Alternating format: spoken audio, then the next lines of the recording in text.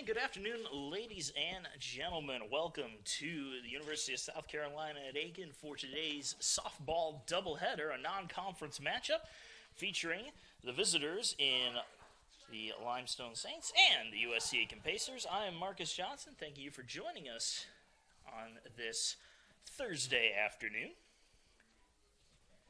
Pacers coming off a huge series victory against number 12 in the nation, North Georgia. Not just the first time they've beaten the Nighthawks since 2014, but they took the series from them 2-1. This team is playing hot, riding the hot streak. We'll see if that can continue against Limestone, also a quality opponent, coming into today's game with a 29-15 record overall. They're also 13-7 on the road. Pacers 25-17 overall. They have a home record of 17-8, and we're about to get things underway. Leading things off for Limestone will be number 6, and Ashley Parnell. Lets the first pitch go by for strike one. We are underway.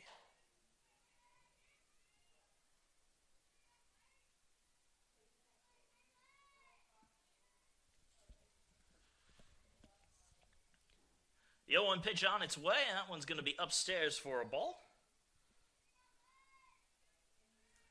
Count evens up at 1-1. Parnell batting .350 on the season, has a pair of home runs and 34 RBIs. Lakin Phillips in the circle for the Pacers, dealing. Pitches high and outside for a ball. Moves the count to 2-1. Go ahead and take a look at the line on Phillips real fast. Phillips, a .287 ERA and 11-7 record in her 16 starts, 23 appearances, 12 complete games, 3 shutouts. Also has a pair of saves on the season, and that one swung on for strike 2. 122 innings pitched for Phillips. Has 136 strikeouts to 41 walks, and opponents are batting .278 against the righty. 2-2 pitch is popped up into right field, and that's going to be caught for the first out.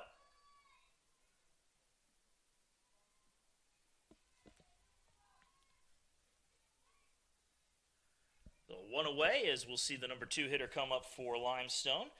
Right fielder Katie Wilbur. Wilbur, a .385 average. That's the top batting average on the team for the regular starters. Has 4 homers and 45 RBIs.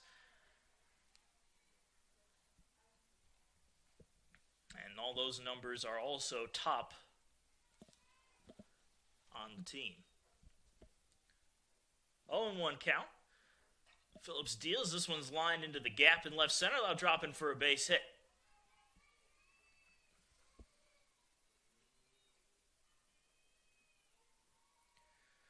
A runner on first for the Saints with 1 away. And that will bring up the first baseman, Desiree Bain.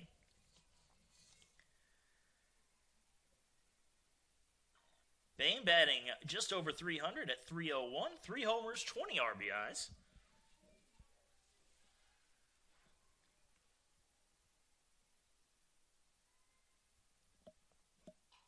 Goes after the first pitch, lines it softly to short. Moore's going to fire to first, trying to double up Wilbur. Could not, however. And it's 2 away as the runner is safe and sound. Well, Madison Chappell, the third baseman for this Limestone team, will step up to the plate. .277 average, 3 home runs, 10 RBIs. And that first pitch from Phillips high and outside, ball 1.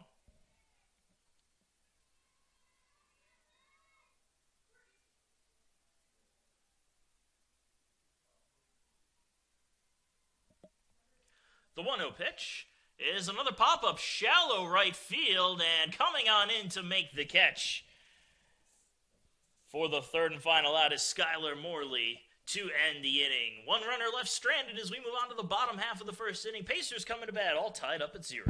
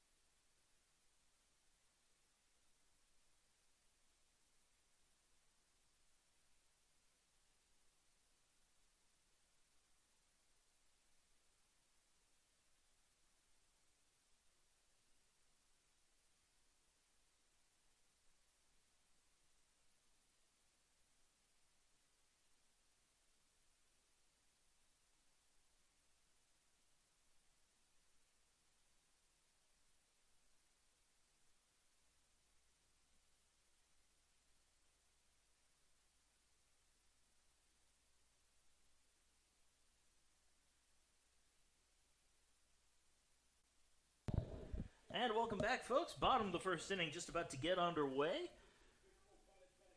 Lauren Wexler, the center fielder for USC Aiken, will lead it off.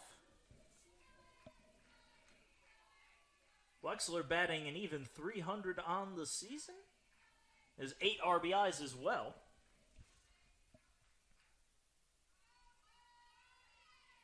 And the first pitch Wexler sees is low and outside for ball 1.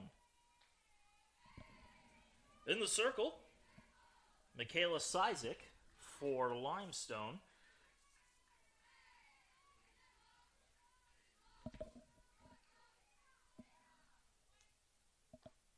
Low and away for ball 2, 2-0. Stat line on Sizik, she's got a 3.71 ERA and an even 4-4 record. 10 starts, 18 appearances, 2 complete games, 1 shutout, and 1 save. 54 2/3 innings pitched, 69 strikeouts to 17 walks, and opponents batting .271 against her.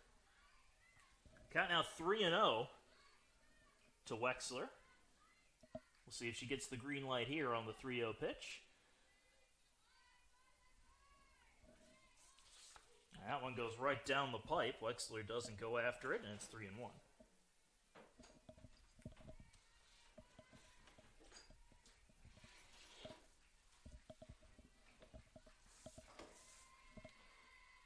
The 3-1 pitch is popped up, shallow center field. And coming on in to make the catch is Parnell for the first out.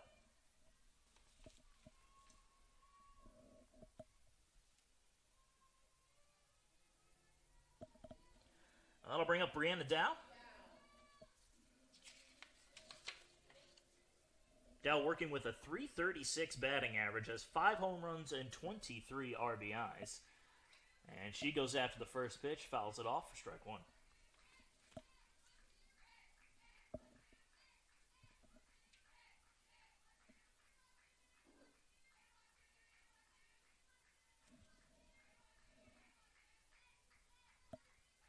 The 0-1 pitch misses low, 1-1.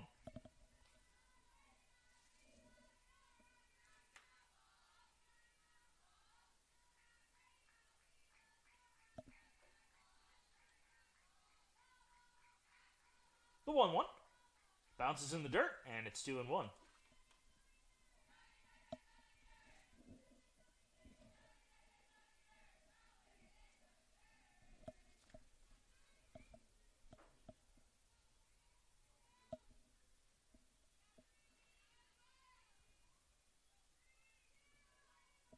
Two-one pitch coming in, and that one will be fouled off towards the Pacer dugout, landing just short.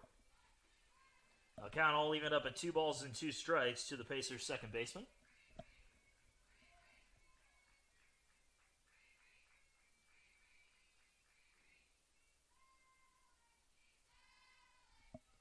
Sizik takes her time, now deals.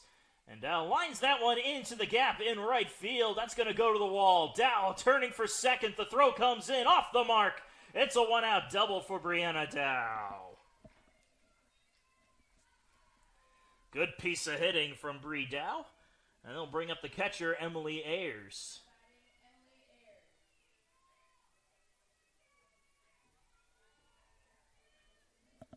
Ayers, one of the top hitters for this Pacers squad, a .348 batting average, 9 home runs and 36 RBIs. All of those are good for second on the team in the offensive category. And that's exactly what they expect from Emily Ayers as the first pitch comes inside for ball 1.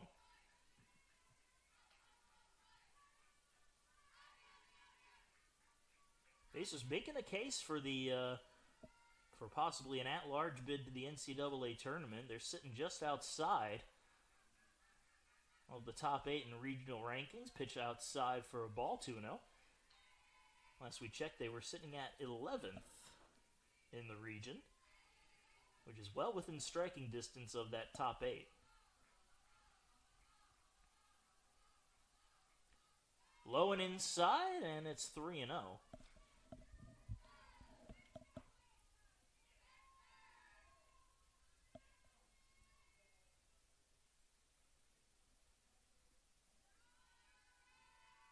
3-0 pitch on its way, and that one hits the inside corner for the 3-1.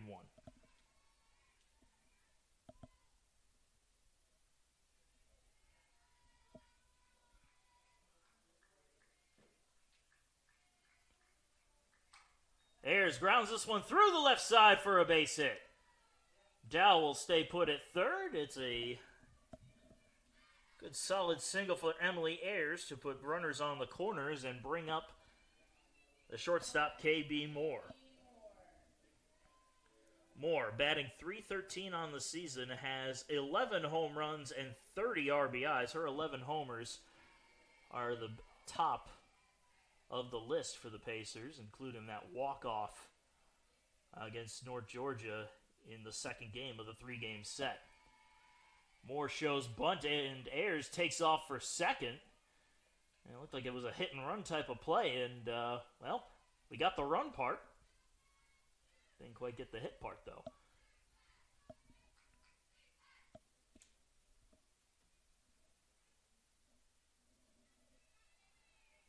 The 1-0. Moore takes a mighty hack on it.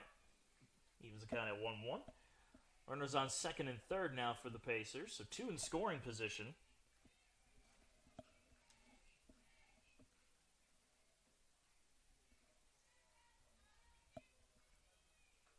Pitches upstairs. 2 balls, 1 strike.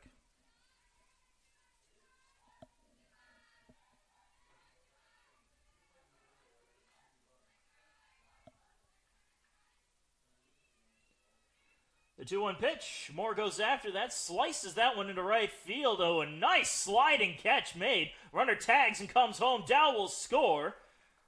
A nice catch out there. Steals a base hit for Moore, but it turns into a sacrifice fly. Moore will get the Pacers on the board, 1-0.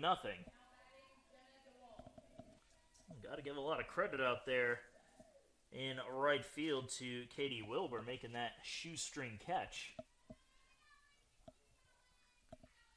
But now we'll have Jenna DeWalt step up to the plate with a runner on third. Grounds this one softly to second. Underhand toss to first, and that will do it. Pacers leave one stranded, but they bring one home and lead Limestone 1-0 as we head into the second inning.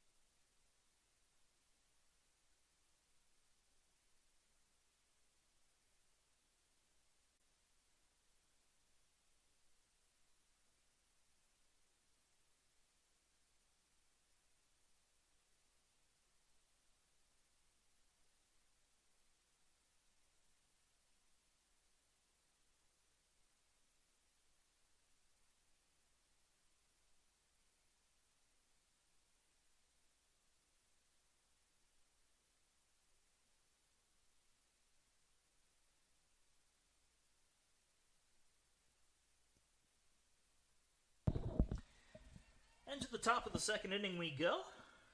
Ruthie Jackson will lead it off for Limestone. The Saints second baseman digging in against Phillips. And the first pitch is sliced just foul down the first base side. Well, Jackson, batting with a .309 average on the year, has a pair of home runs and 20 RBIs. Just missed out on a potential double on that last swing by 2 or 3 inches. Puts this one line and a nice leaping catch by KB Moore. A little out of place to make the play on that one, but she got there nonetheless. And it's 1 away. The left fielder, Aaron Butler, steps up to the plate now. Butler is batting .286 on the year, has a pair of RBIs. First pitch off speed, misses, 1-0.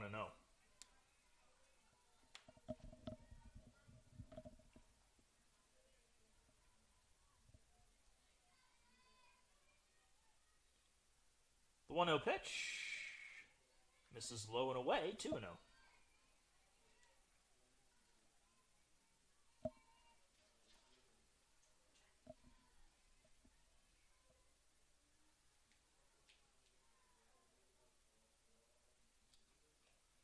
Foul tip, straight back into the screen. 2 balls, 1 strike.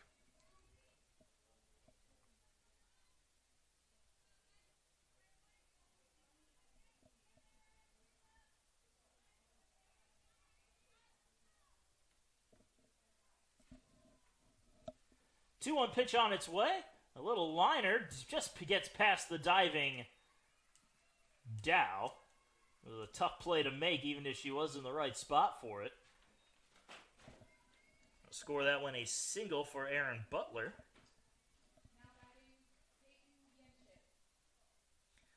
I'll bring up the catcher, Peyton Yenchik, and Coach Poole's going to come on out and have a quick little word here. I don't think it's a show of concern for the performance. I think this might be a strategy meeting.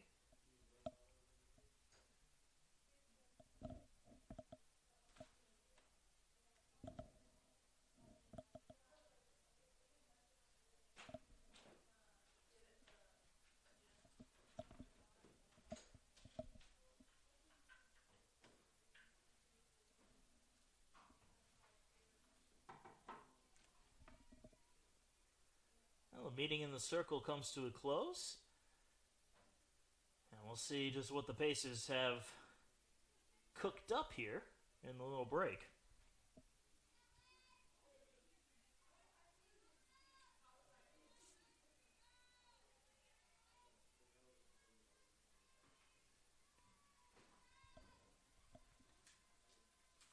Phillips deals. This one is going to get past the diving Moore and into left field.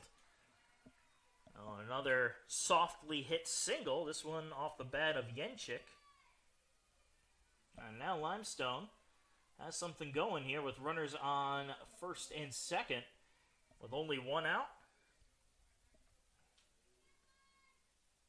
I'll bring up the pitcher slash designated player according to the starting lineup, Michaela Sizek. First pitch to Sizek, a mighty swing and a miss, strike 1. Sizek, batting .176 on the season, has 2 home runs and 7 RBIs.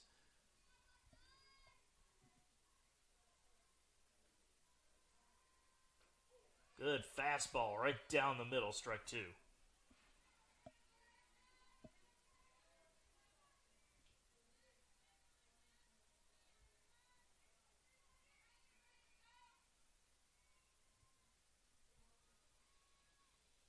The 0-2 pitch, swing and a miss.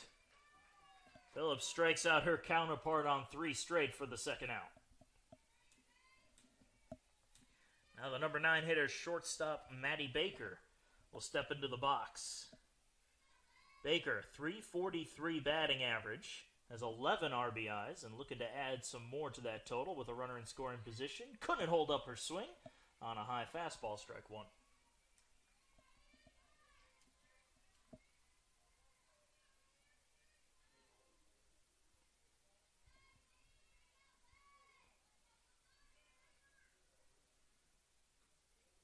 One, she tried to check her swing again, ends up actually fouling it off.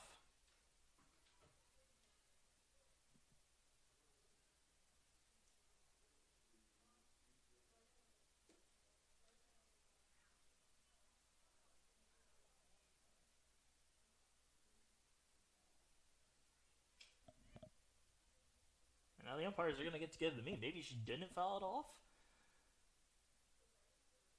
They're saying maybe it hit her? That might be what the conference is going to be about.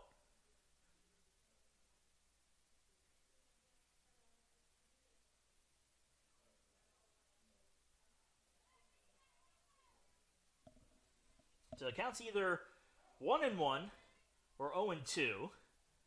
We'll wait for an official signal from the umpire, and it's 0-2 is the call. So we were originally right. 0-2 pitch on its way, and it's a swing and a miss. Phillips pulled the string, works into and out of trouble with the strikeout, and we move on to the bottom half of the second. Pacers still leading 1-0.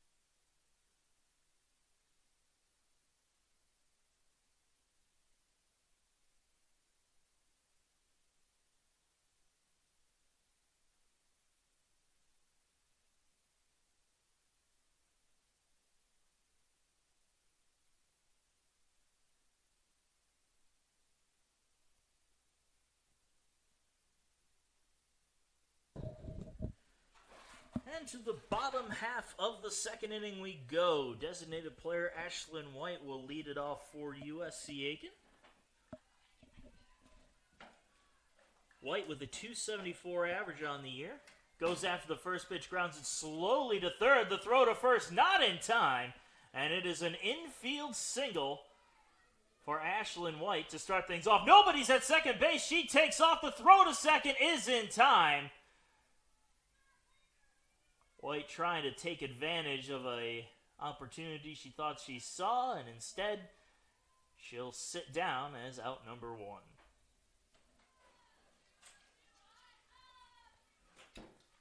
Well, easy come, easy go. One away here in the bottom of the second inning. And now we will have Mallory Shaver, now we'll have Ashlyn White. Again, it was Skylar Morley who led things off. Got a little ahead of myself there.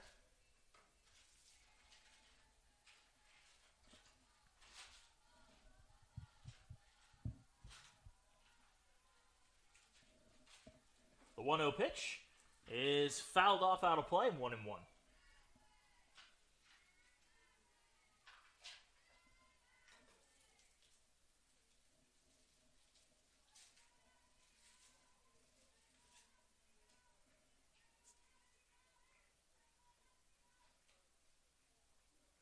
The 1-1, fouled straight back, 1-2.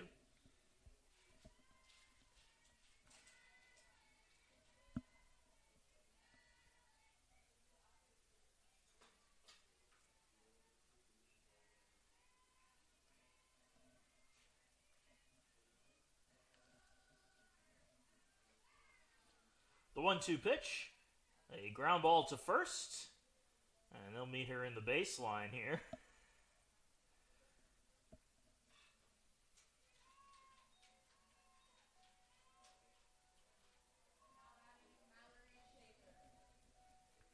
Now it'll bring up Mallory Shaver.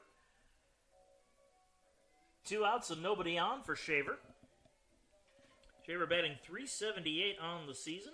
Has 7 home runs and 34 RBIs.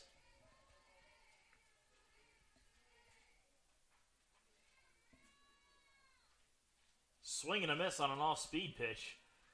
She was looking fastball and definitely did not get one.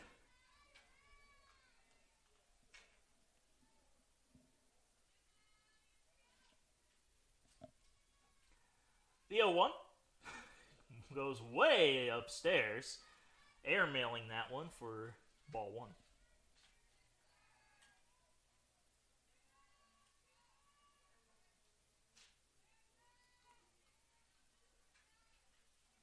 The 1-1 pitch is in the dirt, 2-1.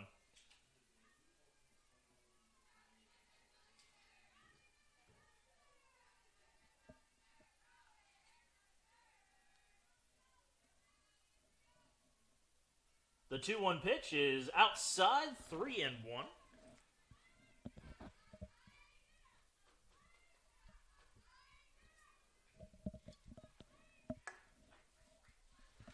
Now 3 balls and 1 strike to Shaver.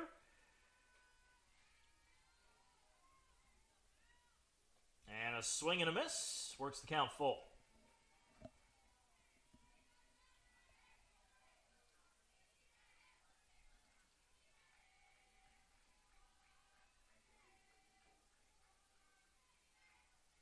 And the payoff pitch. Swing and a miss. Shaver down on strikes for the third and final out. A 1-2-3 inning as we move on to the third. It's still 1-0 USC Aiken.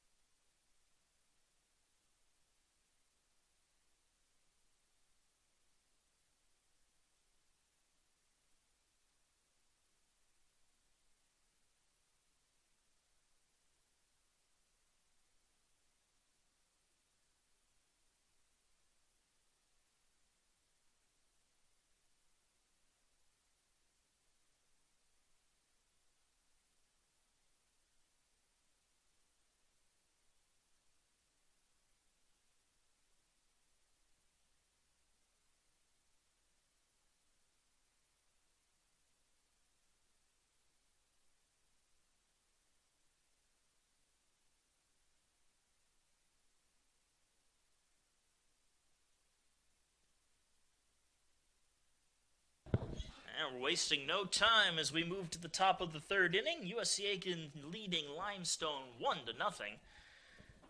As the Saints step up to the plate with their top 3 hitters. Ashley Parnell, Katie Wilbur, and Desiree Bain all due up as Parnell leads things off.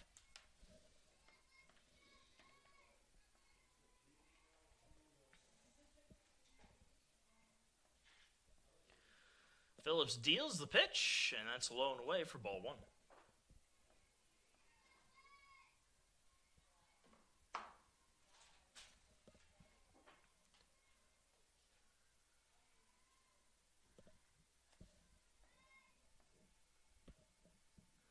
The 1-0 fouled straight back into the screen, 1-1.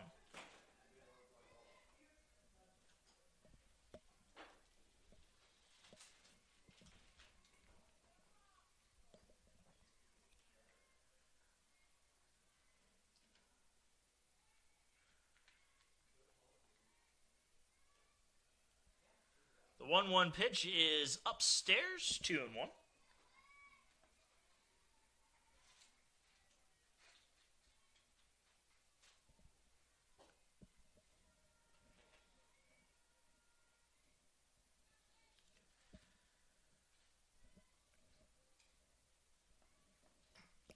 Popped it up.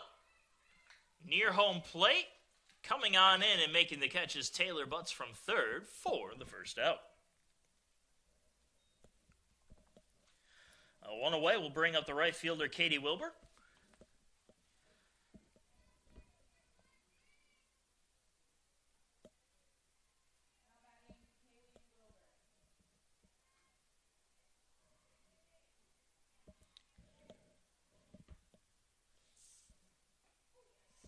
First pitch in there for strike 1.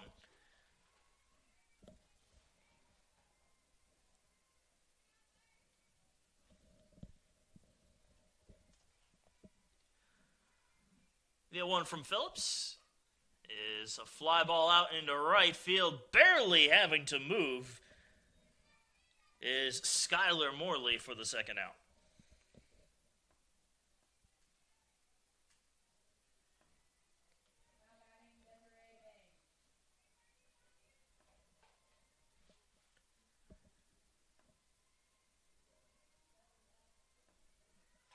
Desiree Bain comes up to the plate, goes after the first pitch, and lines it into left field for a 2-out single.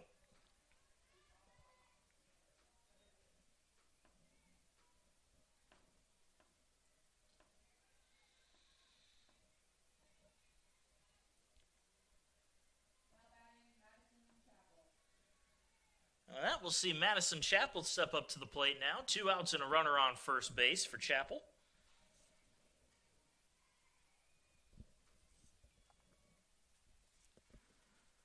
Pitch to Chapel is low, 1-0.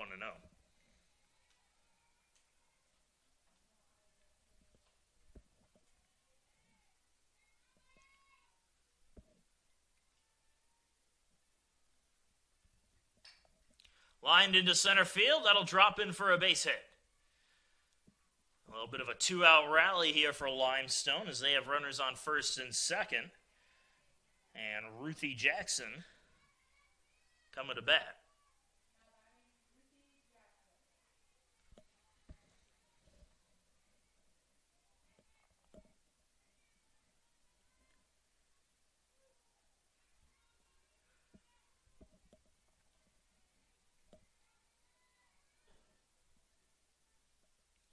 First pitch to Jackson is upstairs, 1-0.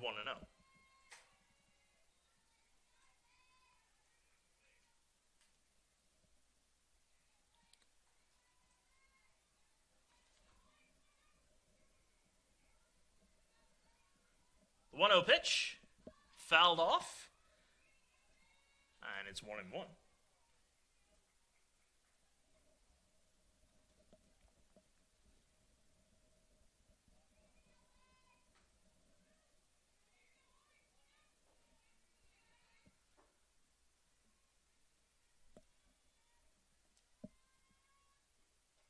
Upstairs and inside, 2-1. Snap throw down to second is not in time.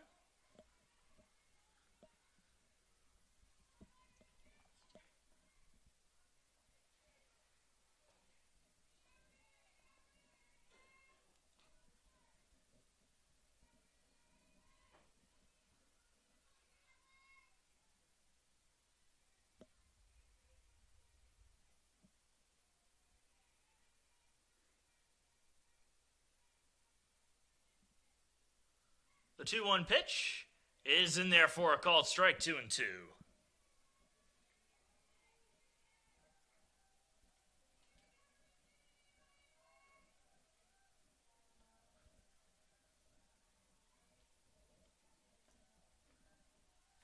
The 2-2.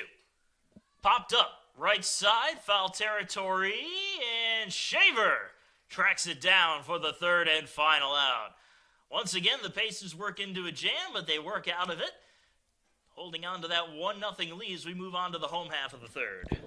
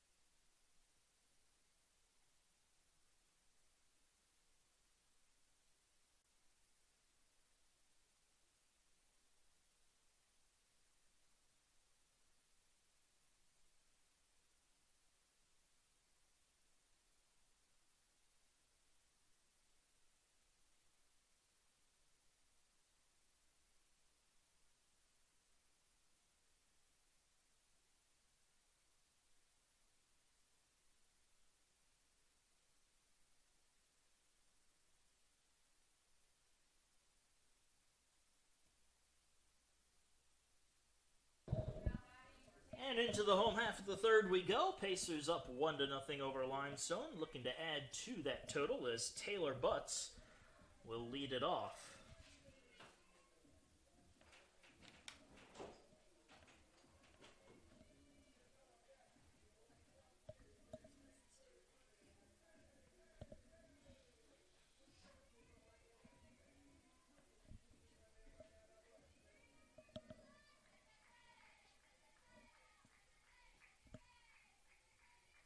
Swing and a miss on the first pitch from Butts, strike one.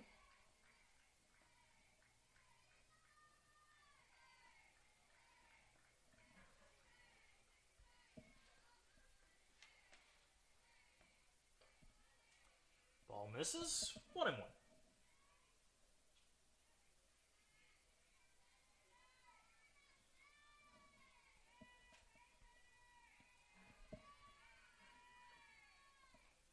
Swing and a miss.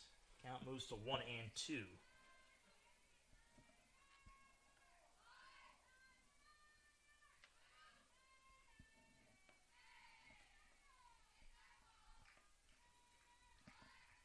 The 1-2 pitch to Butts is fouled straight back. We'll do it over.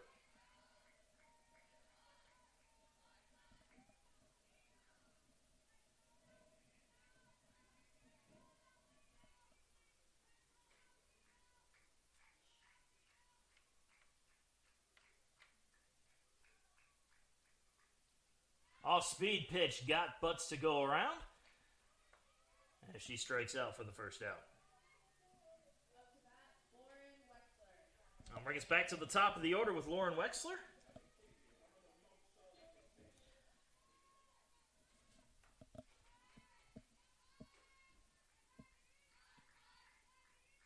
First pitch to Wexler is on the outside corner for a strike.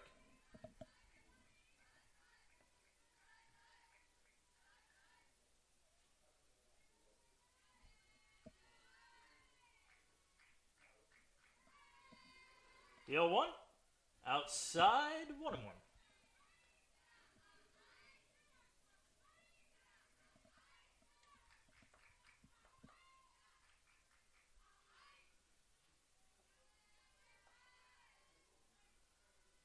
One pitch is fouled off into the air, and that's going to drop for strike two.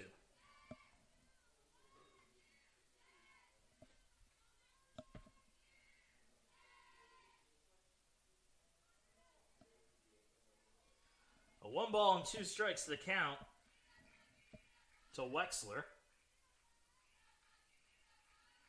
And she will sky that one out into center field.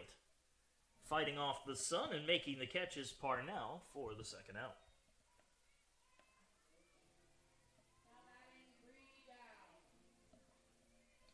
I'll bring up Brianna Dow. Dow doubled and scored in her first at-bat. 2 outs and nobody on for Dow. And she goes after the first pitch, strike one.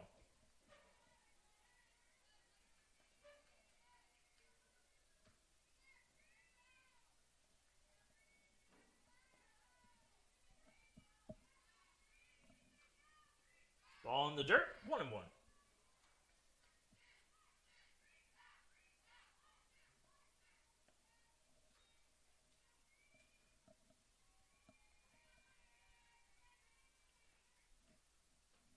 Pitch inside, 2 balls and 1 strike.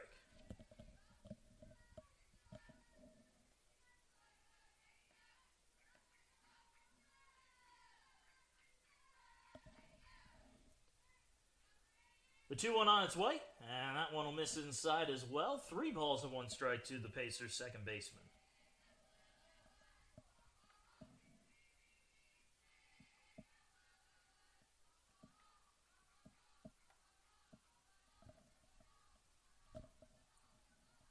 Isaac deals, and Dow goes after that one, sends it high into the air into center field, and making the running catch is Ashley Parnell to retire the side.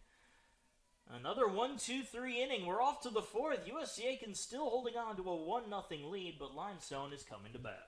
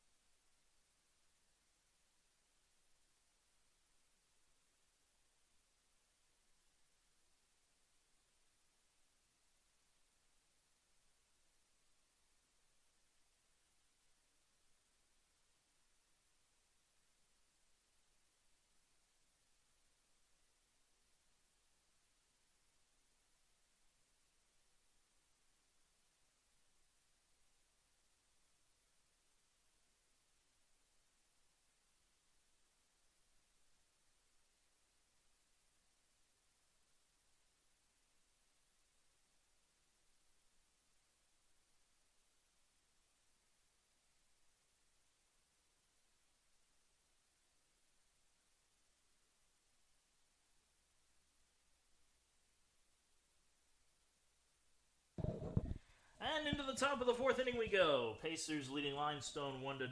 Limestone will lead things off with Ruthie Jackson. Goes after the first pitch and sends it into center field. That was actually Aaron Butler who was leading things off. So Butler taking advantage of the first pitch opportunity. And we'll bring up Peyton Yenchik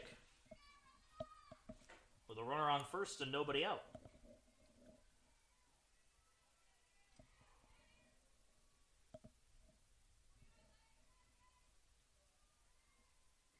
First pitch is high and outside, ball one.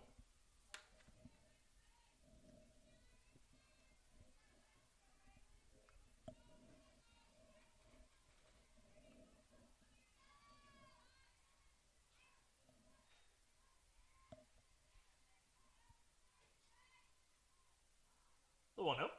Swing and a miss. 1-1.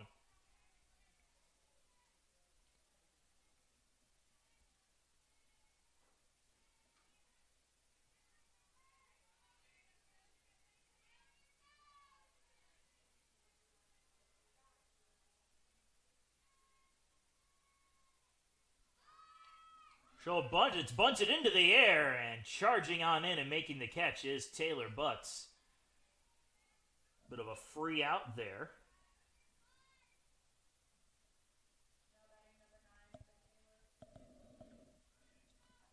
Now pitcher Michaela Sizik.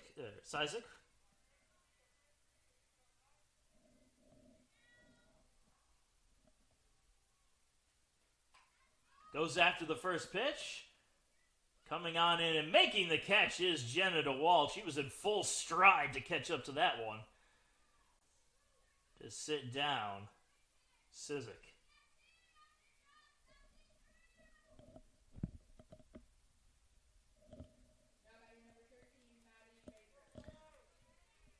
The shortstop and number 9 hitter Maddie Baker will dig in. 2 outs and a runner on first. As the first pitch to Baker is upstairs for ball.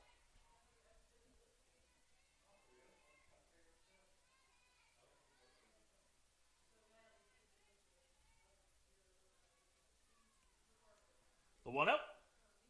Misses low, 2-0.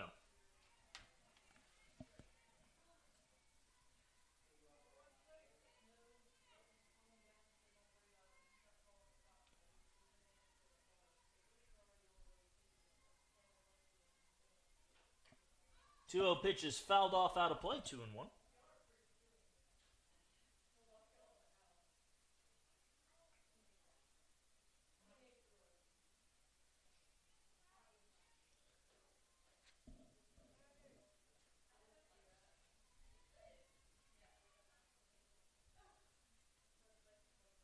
The 2-1 took a little something off of it, got her to chase one up in the zone. It's 2-2.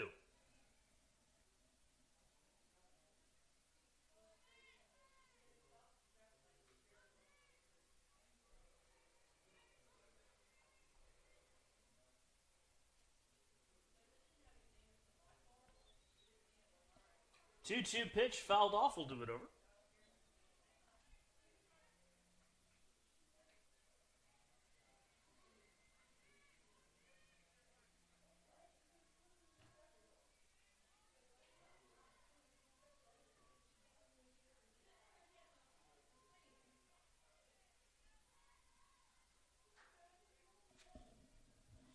And the 2-2. Off-speed pitch, swing and a miss, strike 3. And that will close out the top of the fourth. One runner is left stranded. We're off to the bottom of the fourth inning. USC Aiken still up 1-0.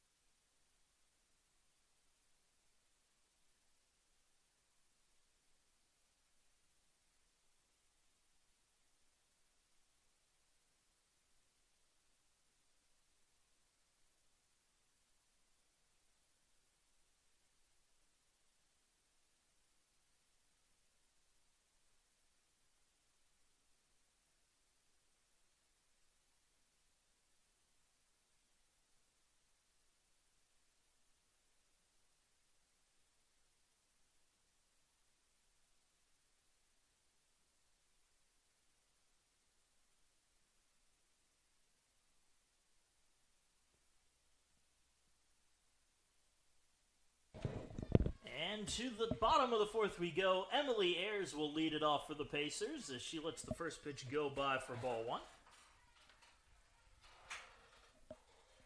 Ayers was able to manage a base hit her first time up. Gonna add another one here as the 1-0 pitch is grounded to third. They're gonna say that one was in fair territory when it was fielded. And Ayers will sit down as out number one. And we'll see KB Moore step up to the plate now. Moore had a sacrifice fly that was... It almost should have been a base hit if it wasn't for a great shoestring catch by Katie Wilbur out in right field. Pitch misses inside on Moore for ball one.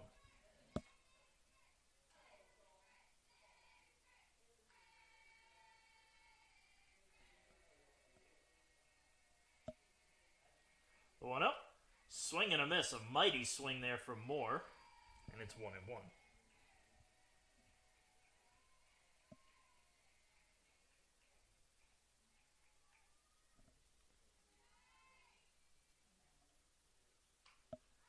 A little soft pop up to short. And the catch is made by Baker for the second out.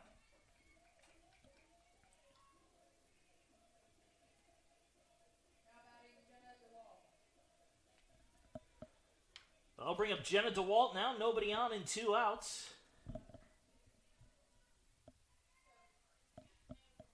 DeWalt tries to lay down a bunt. Goes around, strike one.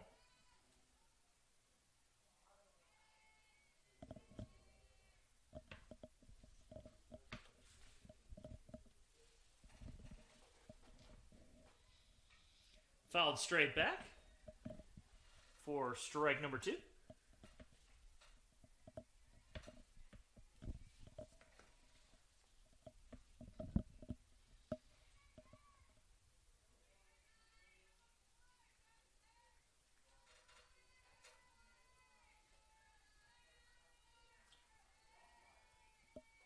Pitch low and away, 1-2.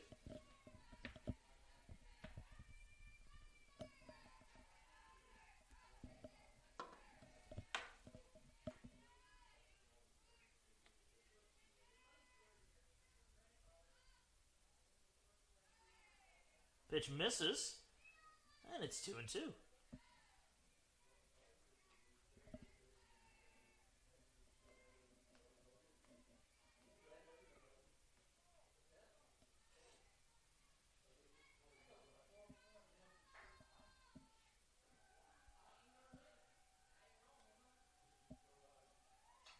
Walt pops it up.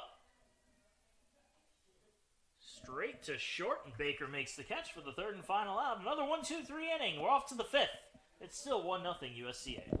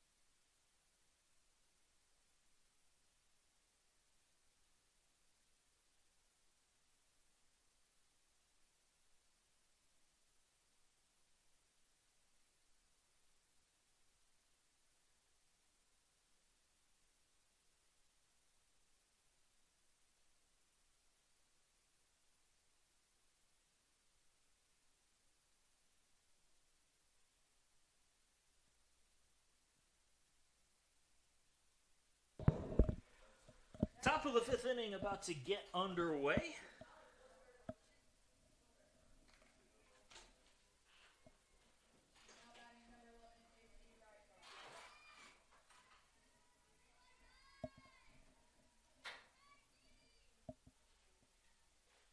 First pitch is inside corner for a call strike.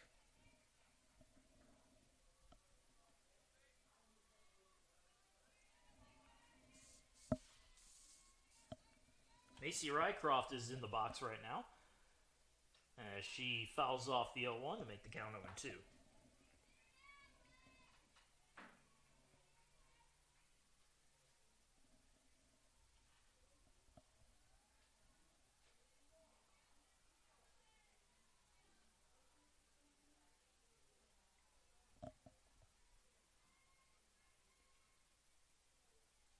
And the 0-2 to Rycroft is fouled off again. We'll do it over.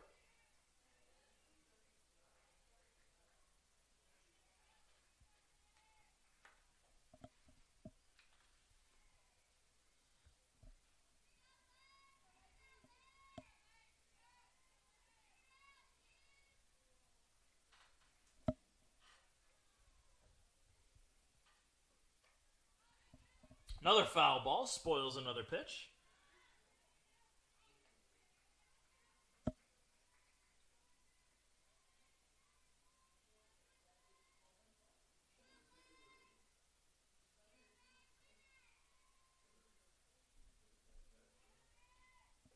High and outside, 1-2.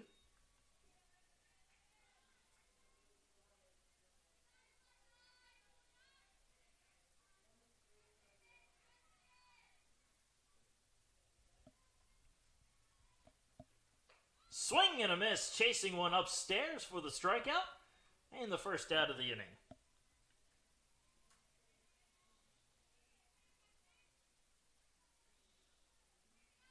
Now batting number 10, Katie Wilbur.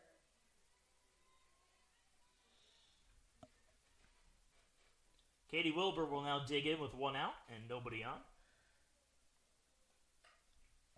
Goes after the first one, sends it into the gap in right center field. That'll go to the wall for extra bases. Throw comes on in. It's almost in time, but it will be a 1-out double for Wilbur. And Limestone has a runner in scoring position. And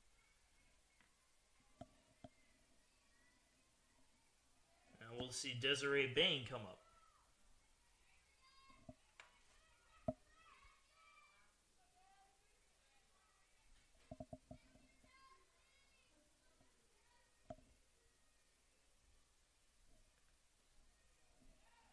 First pitch missing, 1-0.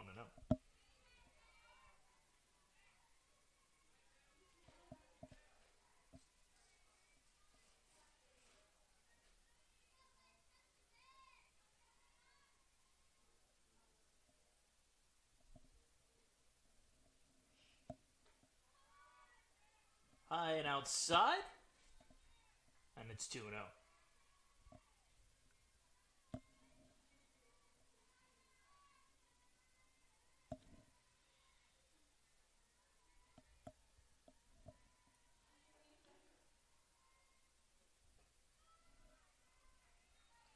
Three balls and no strikes.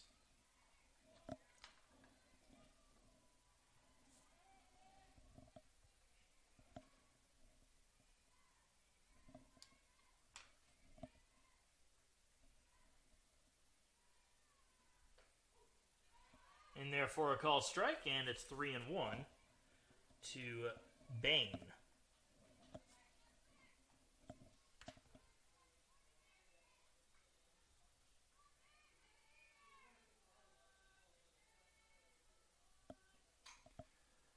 Sliced just foul down the right side.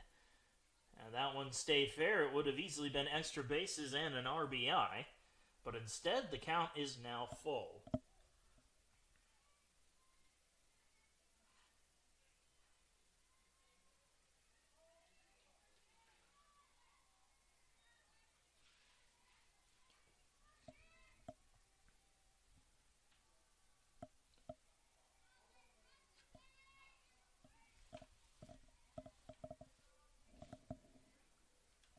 Call a time here as Ayers wants to come on out and have a chat with Phillips.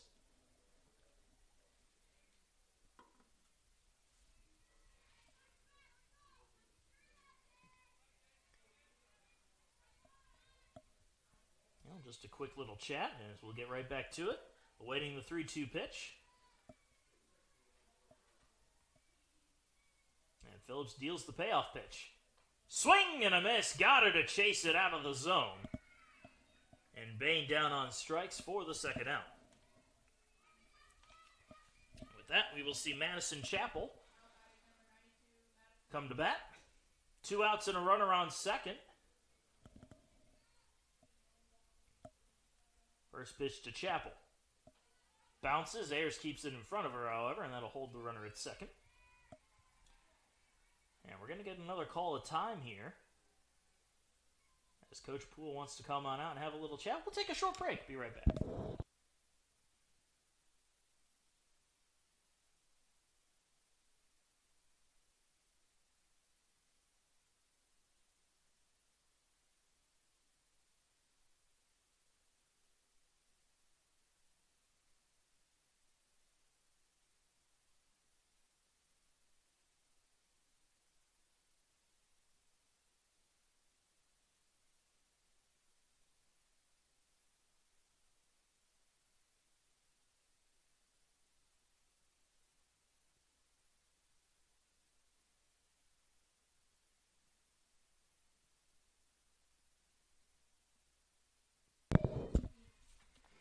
Well, the meeting is adjourned. We'll get back to the softball action.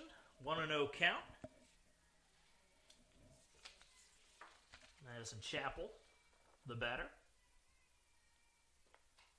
Goes after that one and sends it foul. 1-1.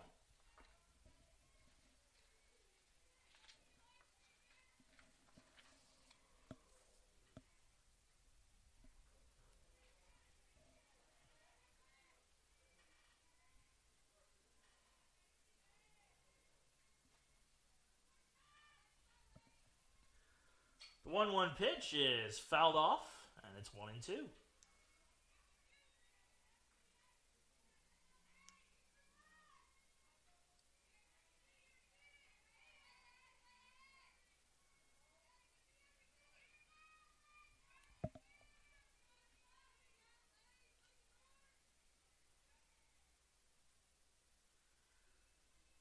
And the 1-2 delivery. Set high into the air. Moore trying to track it down, and she will make the catch in foul territory for the third and final out. A runner is left stranded once again for Limestone as we move on to the bottom of the fifth. USC Aiken still up 1-0.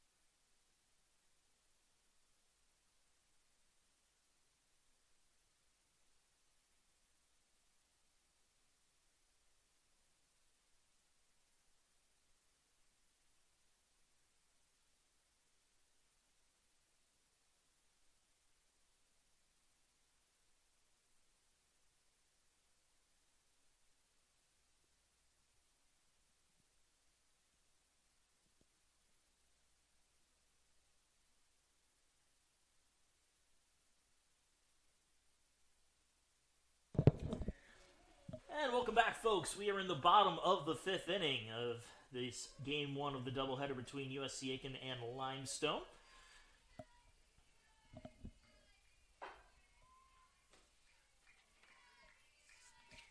Skylar Morley will lead this off for the Pacers as the first pitch is in there for strike one. Pacers were able to score 1 run in the bottom of the first inning, and that has been it. Both pitchers refusing to give an inch as the count now moves to 0-2 on Morley.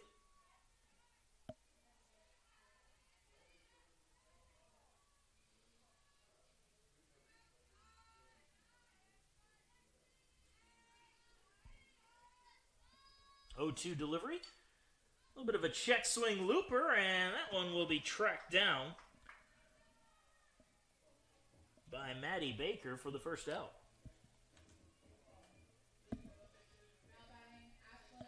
And we'll see Ashlyn White dig in.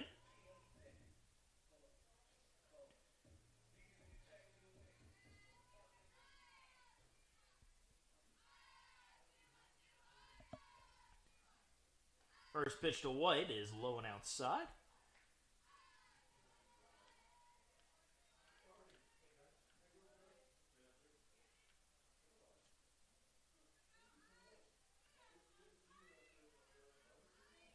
The 1-0 hits the corner, 1-1.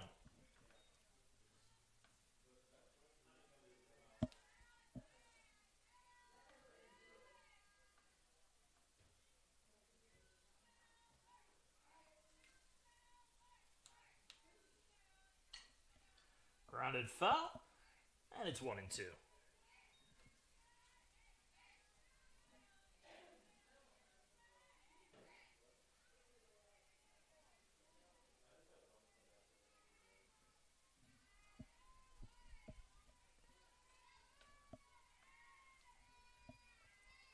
And the 1-2 hitting the air, and that'll go foul out of play. And the count stays right where it is at 1-2.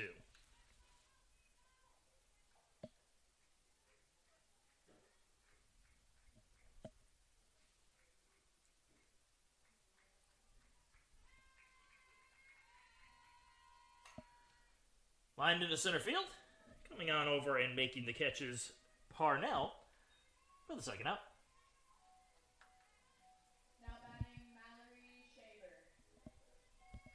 And we'll see Mallory Shaver dig in now. 2 outs and nobody on for the Pacer first baseman.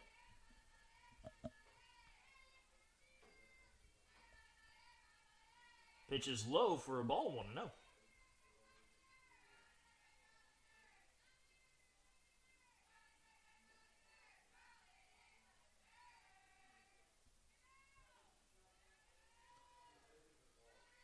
The 1-0. Popped behind the plate, and that'll find the seats for strike 1.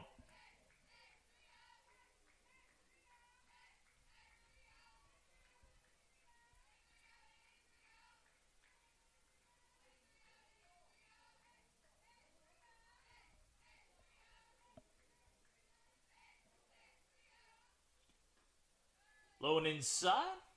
2 balls, 1 strike.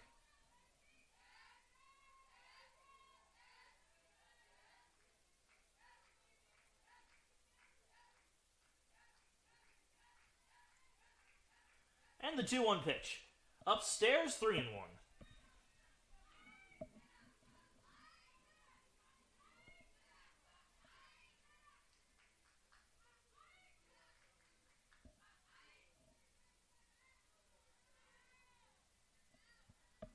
The 3-1 pitch, a fastball swing and a miss from Shaver, and the count full.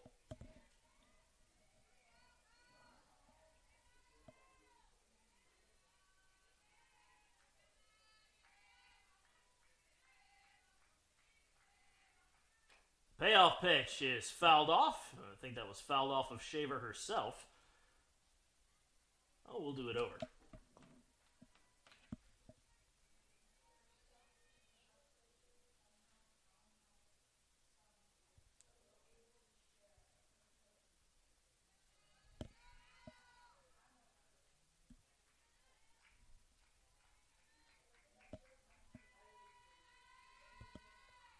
Upstairs, ball 4, and Shaver works a 2-out walk. Now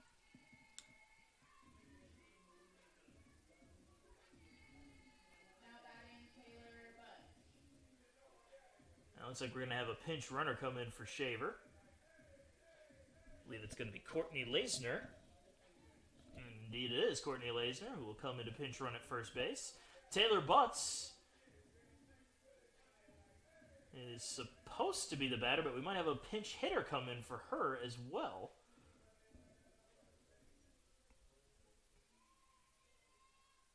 And I believe Tara McGee is going to come in to pinch hit, so a double swap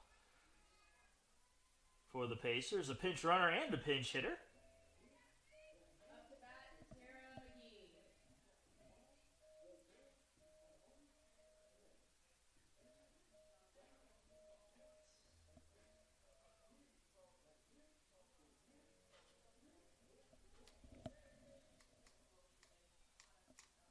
for the Pacers, Courtney Leisner.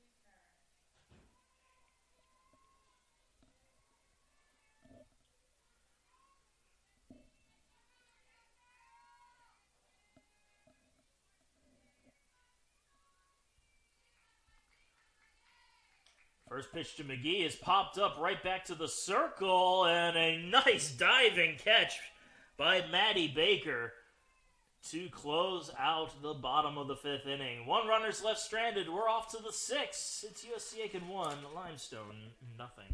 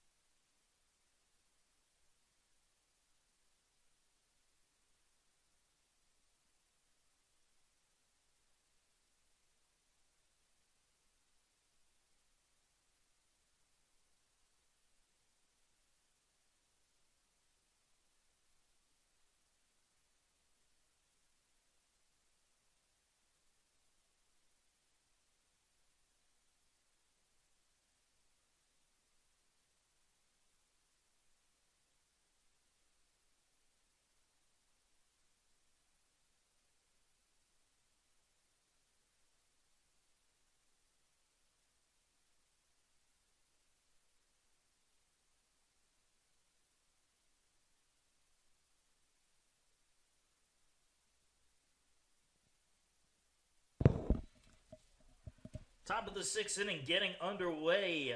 Ruthie Jackson will lead it off for Limestone. Lakin Phillips still out in the circle. Goes after the first pitch here. Moore comes over, fires to first, one away.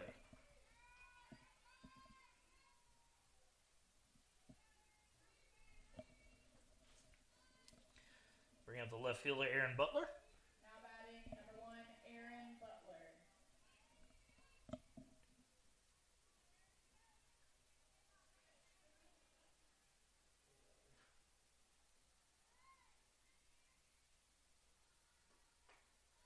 First pitch is low to Butler, 1-0.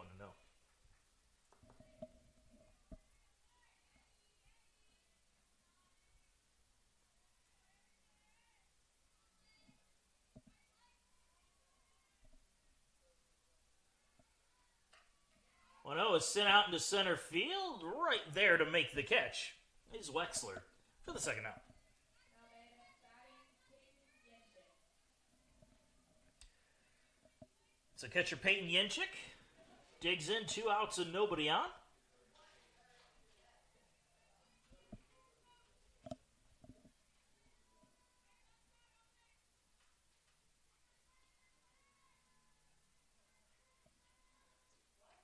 Well, no, the first pitch right down the middle, strike one.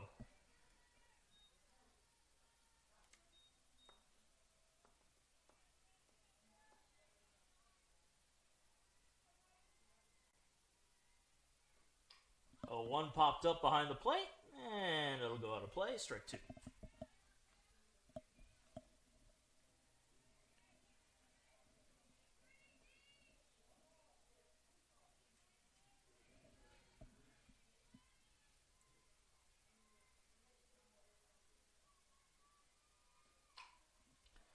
Ripped into left field for a base hit. Gets past DeWalt and will go to the wall. That'll be extra bases. So a single and an E7 puts a runner in scoring position with 2 outs for the Saints. And it looks like Limestone wants to make some adjustments to their offensive attack.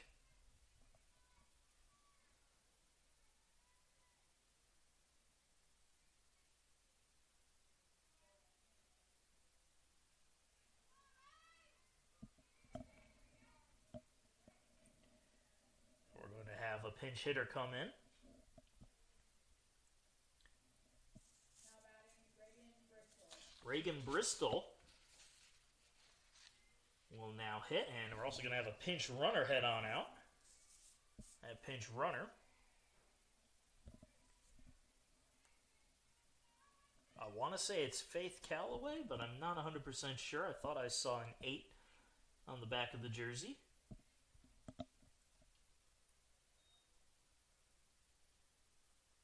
Hard to tell from a distance with the color scheme.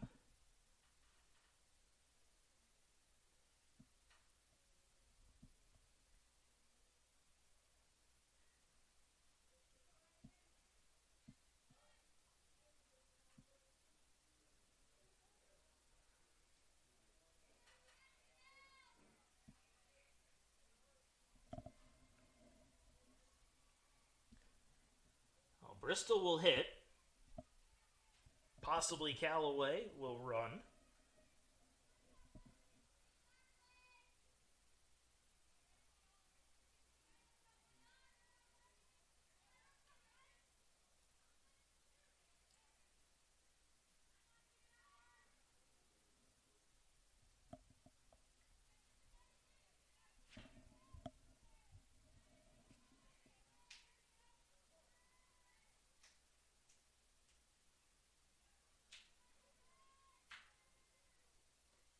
First pitch in the dirt. Ooh, a nice little scoop there by Ayers. That'll hold the runner at second.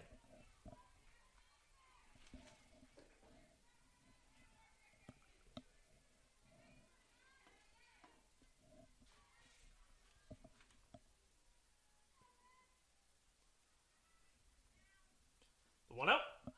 High fly ball, foul territory, third base side, and Taylor Butts has enough room to make the catch for the third and final out. The error does not come back to haunt the Pacers as we move on to the home half of the sixth. It's still 1-0 Pacers.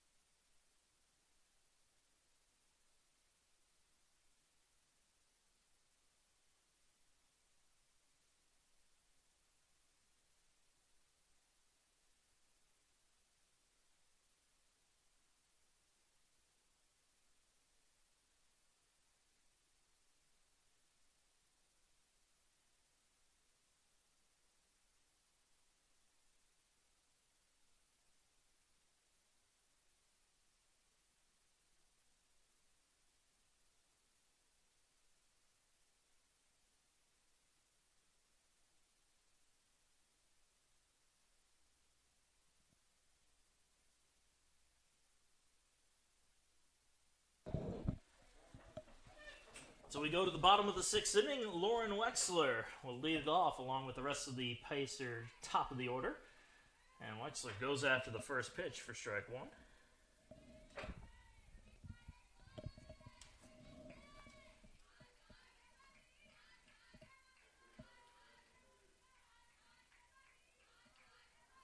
The 0-1 is upstairs, 1-1.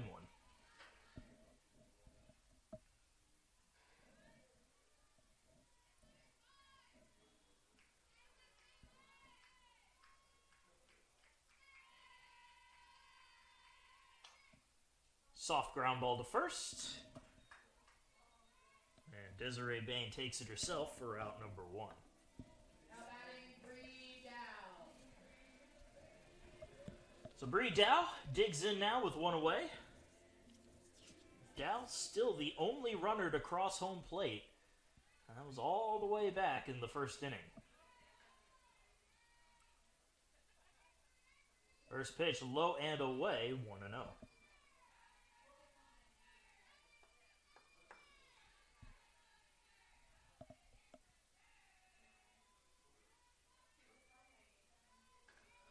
The 1-0 in there for a strike, 1-1.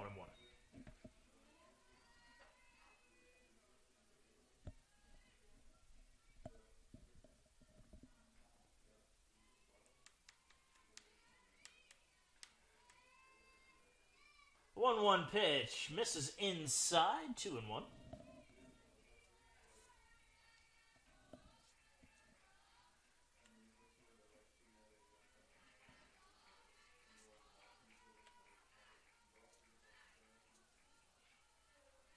And the 2-1 pitch misses upstairs, 3-1.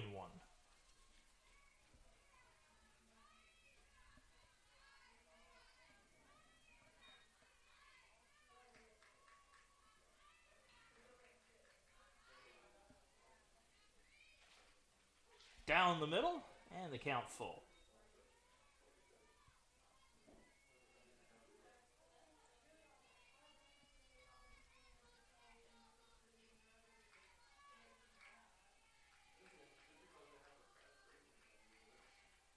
Swing and a miss. Dow gets tied up on an inside changeup, and there are 2 out here in the bottom of the 6th. I'll bring up the catcher, Emily Ayers.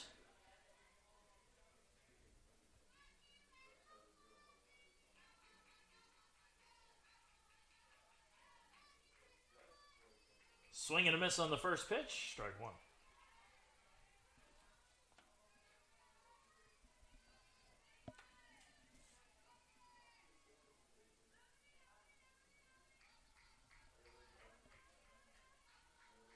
The 0-1.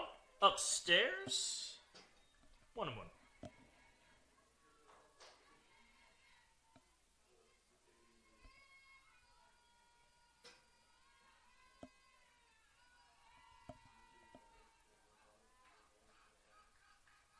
Pitch is low, 2-1.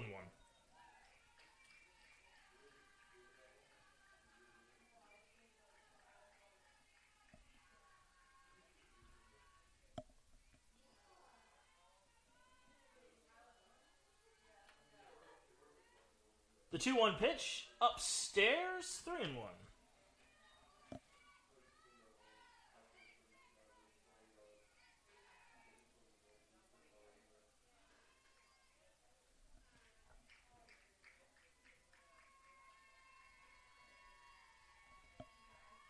The 3-1 misses outside, ball 4, and it's a free pass for Ayers, and that will bring up KB Moore.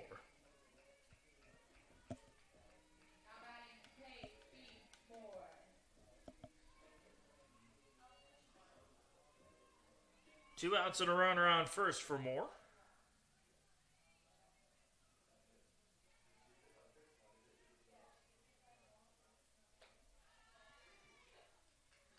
We'll check on the runner at first base as the first pitch misses for ball 1.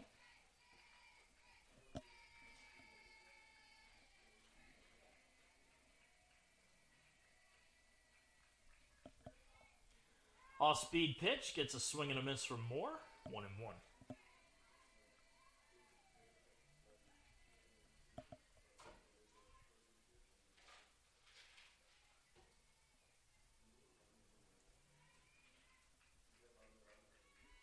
The 1-1.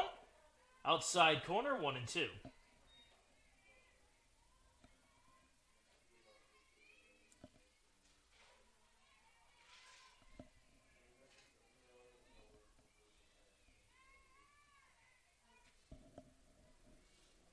Upstairs, snap throw to first, not in time. The count's even at 2-2 to Moore.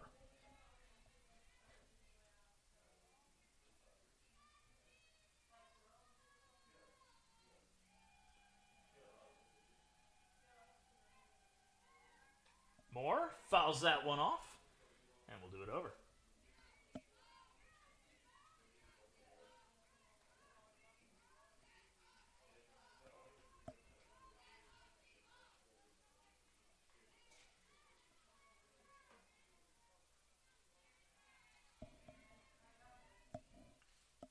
Upstairs, full count.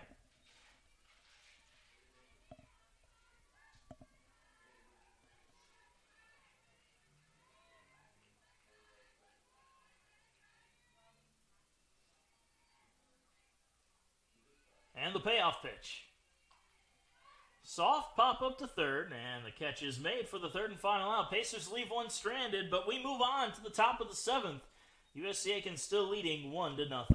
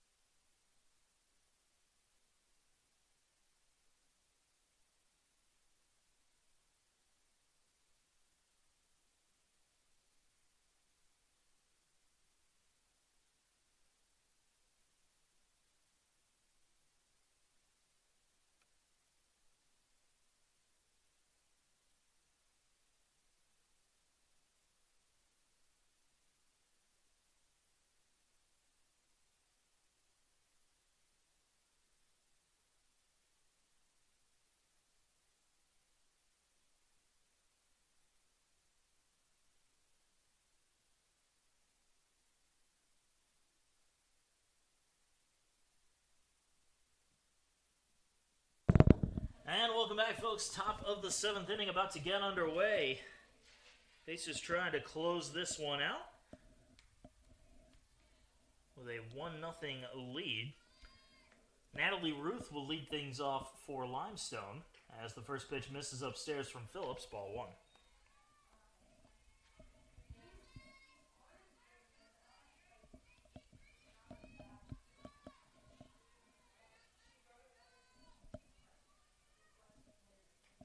Fouled off, 1-1.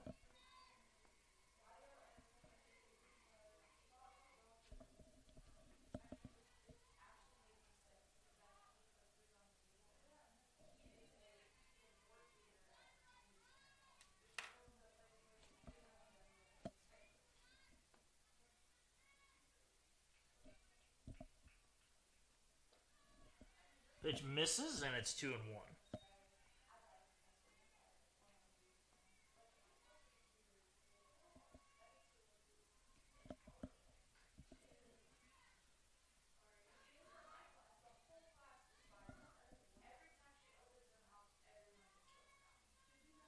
And the 2-1. In there for a strike, 2-2.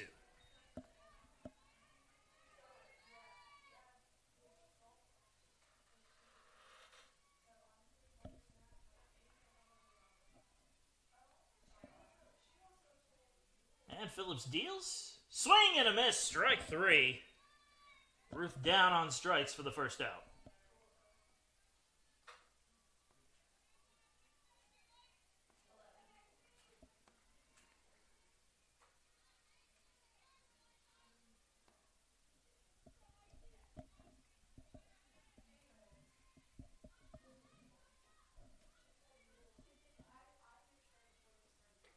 Pitch is upstairs. Check swing. Did she go? They'll say she did on the appeal down to first.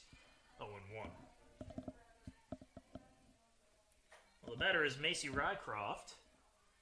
0-1 count.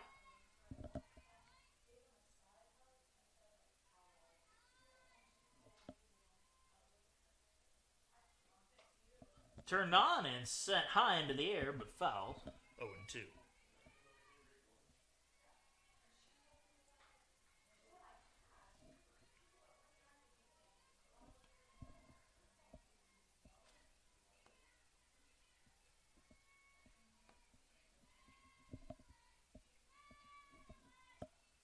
Oh, 2 pitch. Ground ball to short. Moore has it on a hop. Fires to first. 2 away.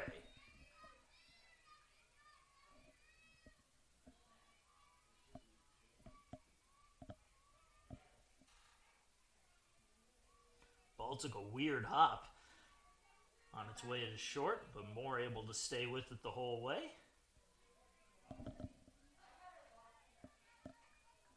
And now we're going to see Katie Wilbur step up to the plate again. First pitch, lofted softly out into right center field. That'll be a base hit. And the inning will continue. Runner on first base as Desiree Bain comes to bat.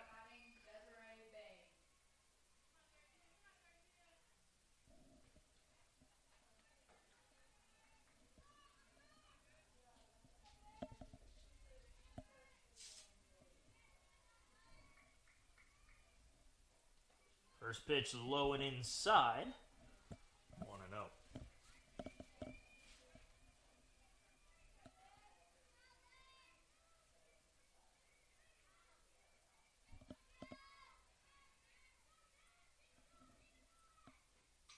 Fouled off. 1-1.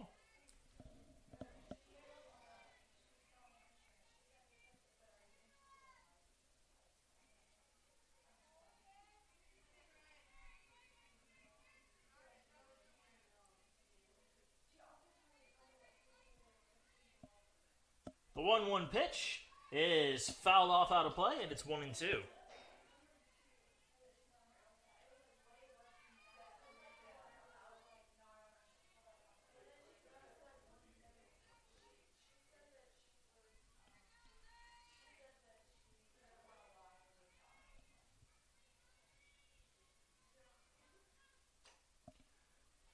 Hopper to third. Butts has it, fires to first, and that will do it. The Pacers hold on to win 1-0 here in game one of the doubleheader against Limestone. A real pitcher's duel to the end, with the only run being scored in the first inning, but that's all it takes. As the Pacers come away with the win, we'll take about a 25-minute break to reset the field and get things tidied up and be right back with game number 2. So do not go anywhere.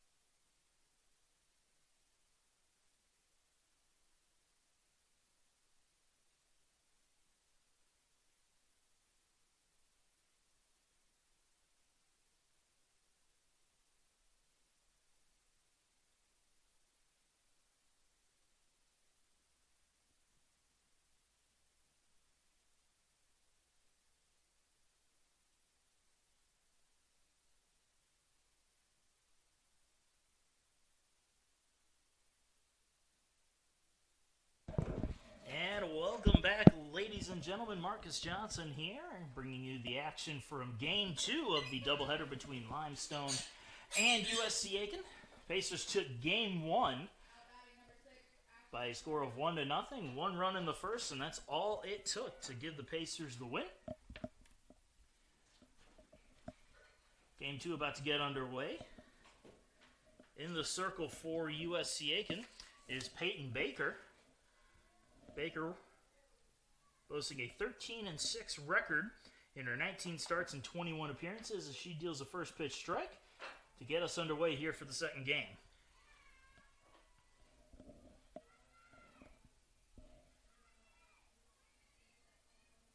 "15 complete games, including 3 shutouts for Baker. She has 130 innings pitched, 88 strikeouts to 19 walks, and opponents batting .290 against her. 1-1 pitch just misses for a ball. So 2-1 the count now. Parnell leading off again for the second straight time, as that pitch misses for ball 3. It's 3-1 to the leadoff batter. Parnell has moved over to first base, actually, as she sends this one into center field. That'll drop in for a base hit.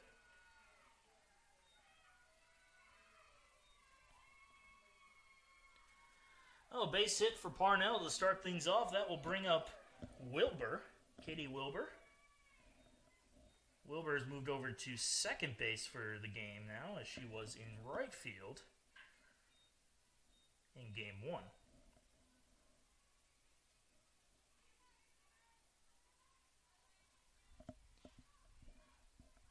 Runner on first as the pitch is in there for a strike.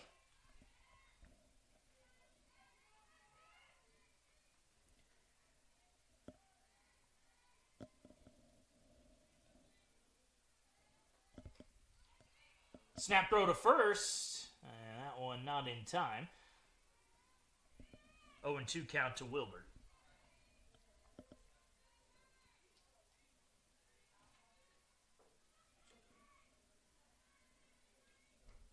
Upstairs, 1-2.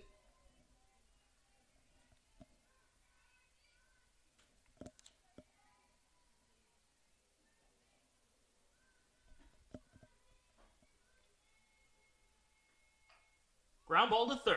Butts is going to throw to second for 1, and that's all they'll get. But they get the lead runner, and that's what's important on the fielder's choice.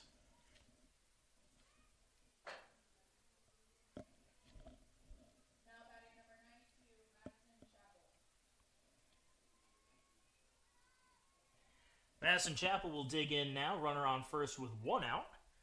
Chappell is the designated player. In there for a strike. 0-1.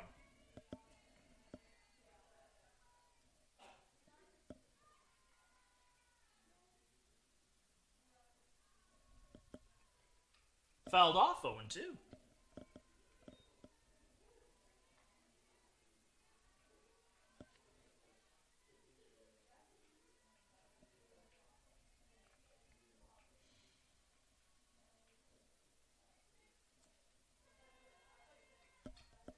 Fouled off the screen. I'll spoil the pitch and keep things right where they are at 0-2.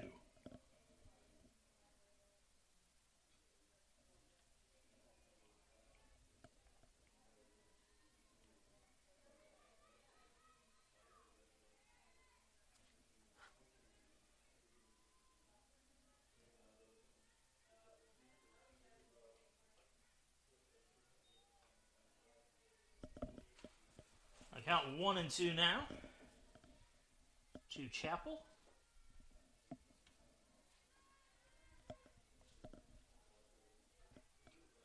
Fouled off again. Now spoil another pitch.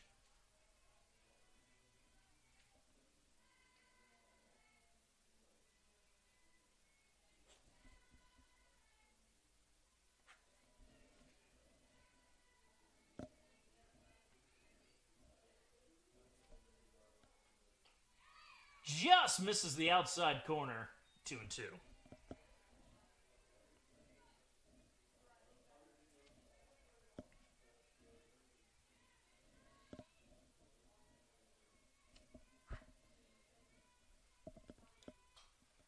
Reaches out, pops that one up first base side. That'll end up foul, and we'll do it over.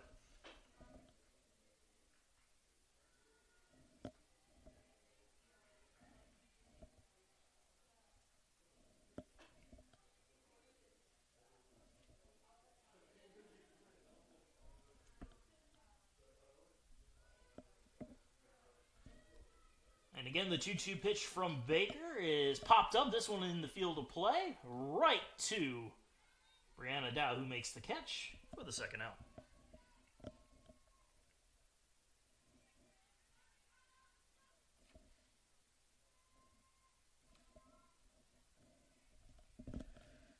And with that, we will have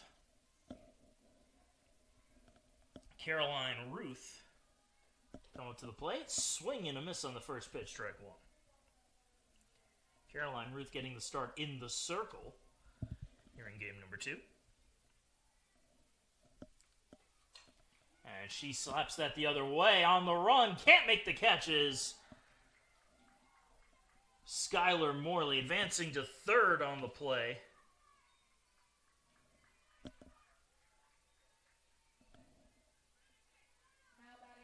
Is Wilbur.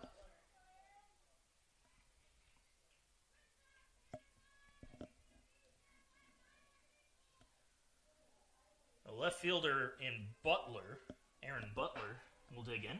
Runners on the corners with 2 outs. First pitch in there for a strike.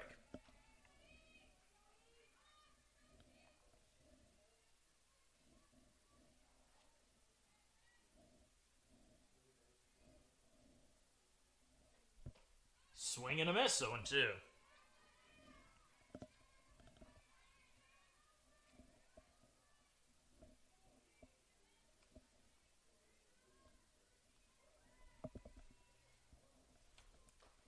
Upstairs, 1 ball and 2 strikes.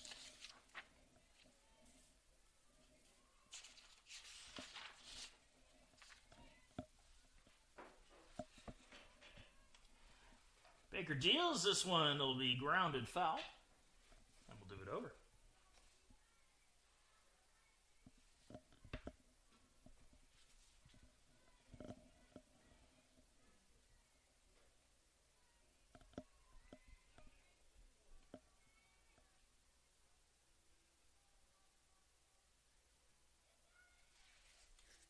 Swing and a miss. And that will do it. Top of the first comes to a close with 2 runners left stranded. We go to the home half. It's 0-0.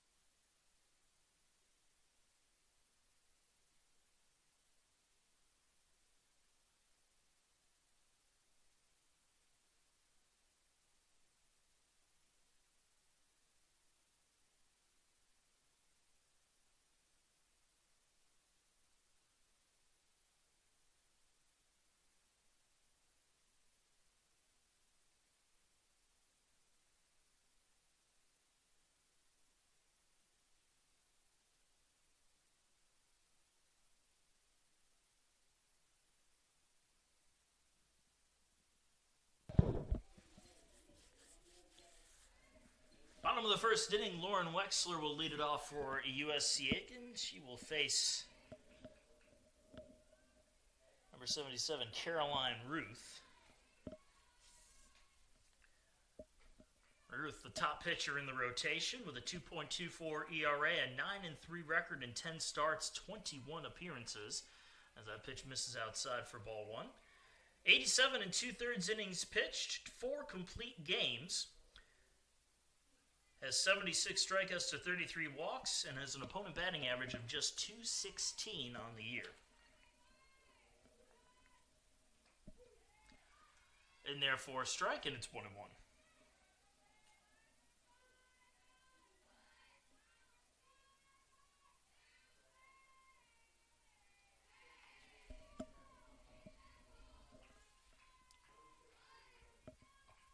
Pitch on the outside corner for a call strike, and it's 1-2.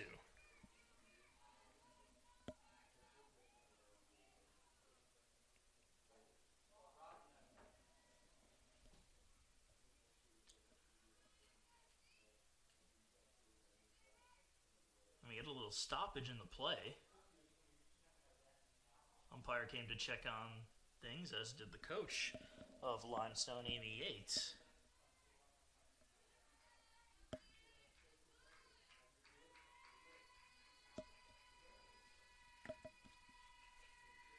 One-two pitch, swing and a miss. Little off-speed pitch got Wexler to chase. And there's one away.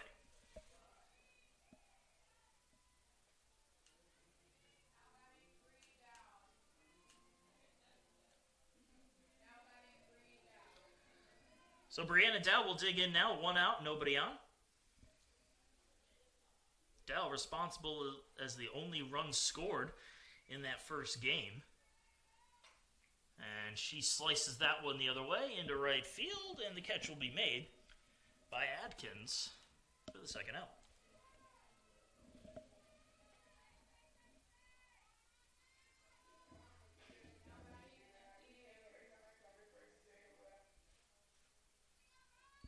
So Emily Ayers steps up to the plate now with 2 outs and nobody on.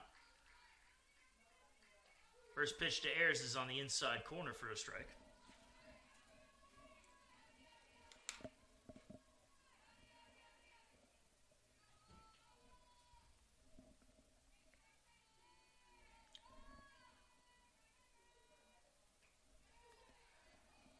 Just misses. 1-1.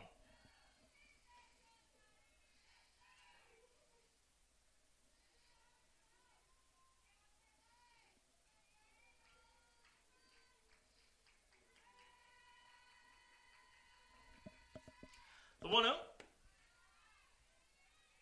Misses alone inside. 2-1.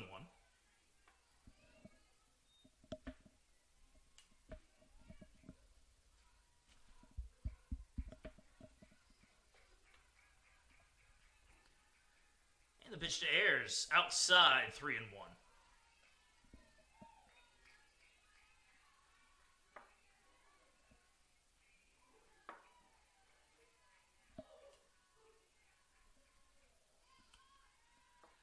Three-one pitch, inside ball 4, and Ayers will take the 2-out free pass to first to give the Pacers their first base runner of the game. Now we'll have KB Moore dig in. Drove in the only run in the first inning of game number 1. Now she has a runner on first with 2 outs. Inside for a ball.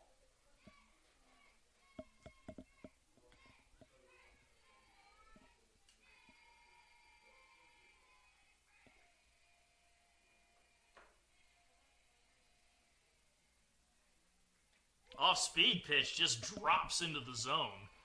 1-1.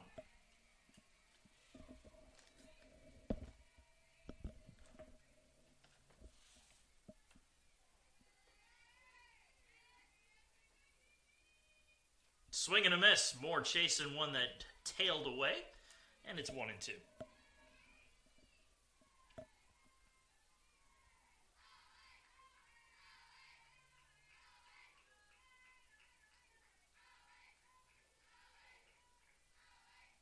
Swing and a miss. Moore chased a high pitch and goes down on strikes as the final out.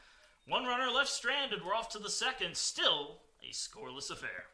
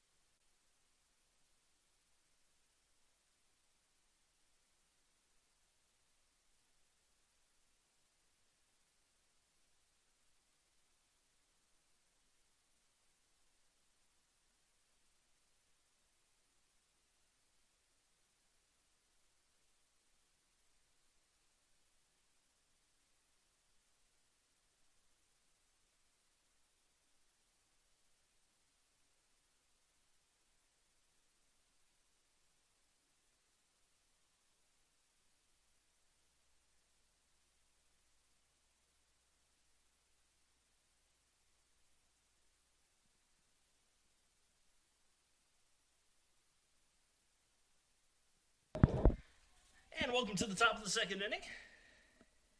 Cameron Lee will lead it off for Limestone as the Saints and Pacers are knotted up at zeros here in Game 2. First pitch missing for ball 1 to Lee. Here's a slow ground ball to short. Moore has it, fires to first, and there's one away.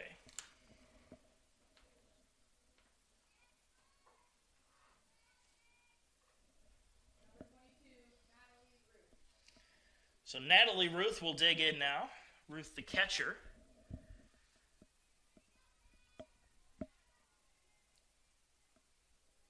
We have Ruth catching for Ruth. I'm sure that is completely intentional as the changeup finds the zone for strike 1.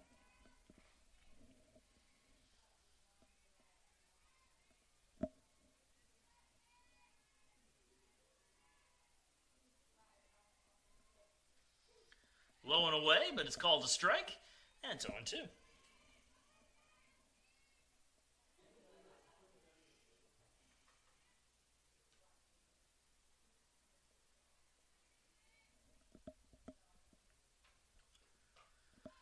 Popped up, foul territory. Butts makes a diving grab and holds onto it for the second out.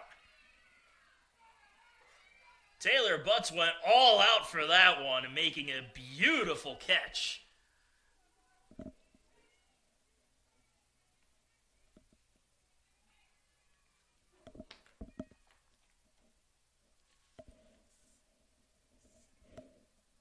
Carly Womack digging in now. First pitch on the corner for a strike.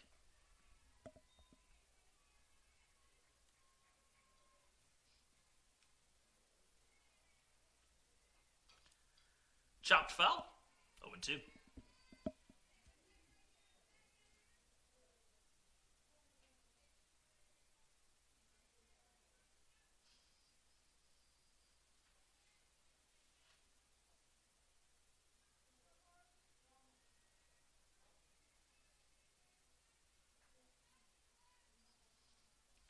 O2 pitch, lined into center field, or lined at second base, I should say. I thought that was going to carry more than it did. Either way, it drops in for a base hit. Well, a 2-out single for Womack, and that will bring up the right fielder, and Jalen Atkins.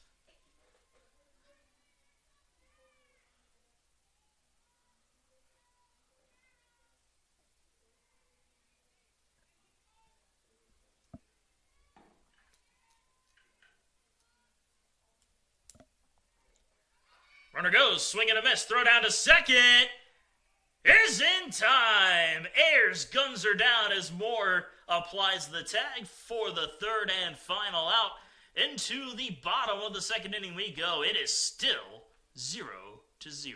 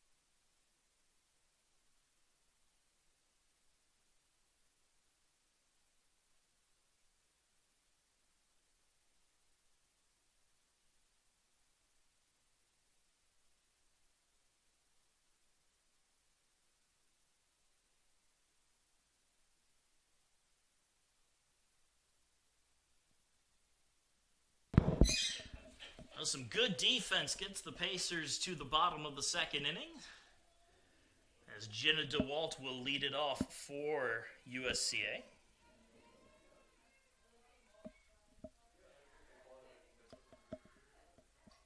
Tries to lay down a bunt and sends it foul for strike 1.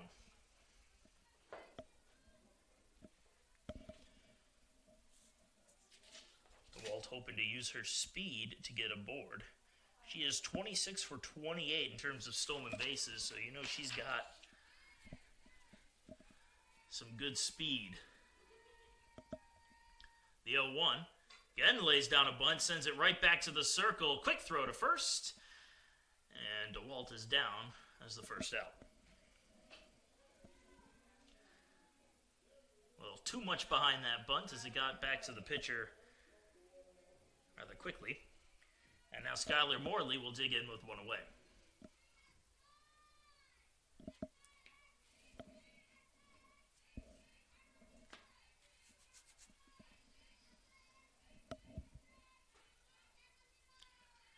First pitch to Morley is outside, 1-0.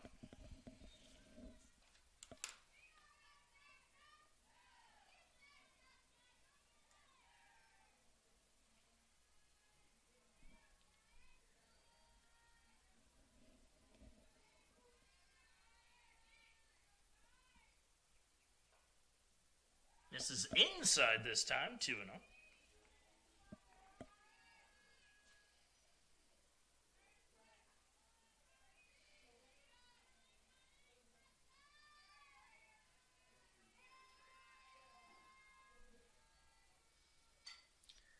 Slow ground ball to short. Baker fields, fires, and will gun down Morley as the second out.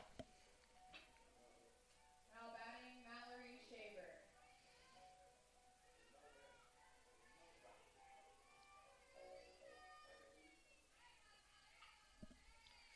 Mallory Shaver will dig in with two away and nobody on.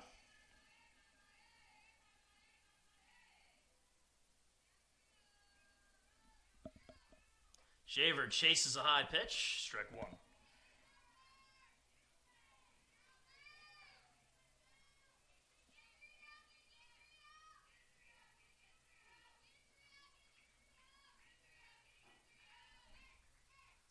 Fouled off, 0-2.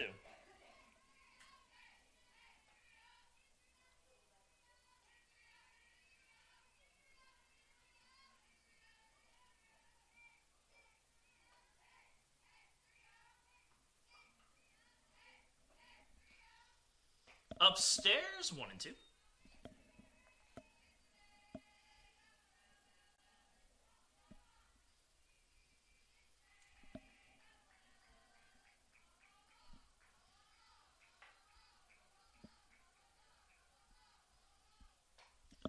High fly ball left side.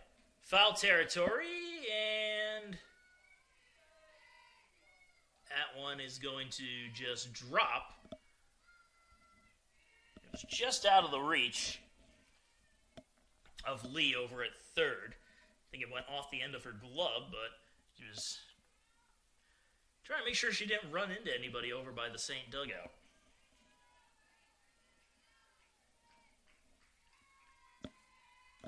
A 1-2 pitch to Shaver.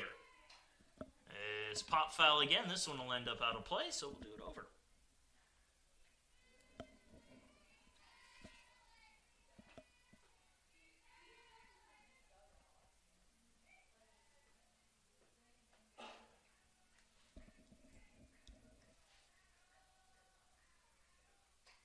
And another one popped behind the plate. This one will stay in the field of play and be caught by Ruth for the third and final out.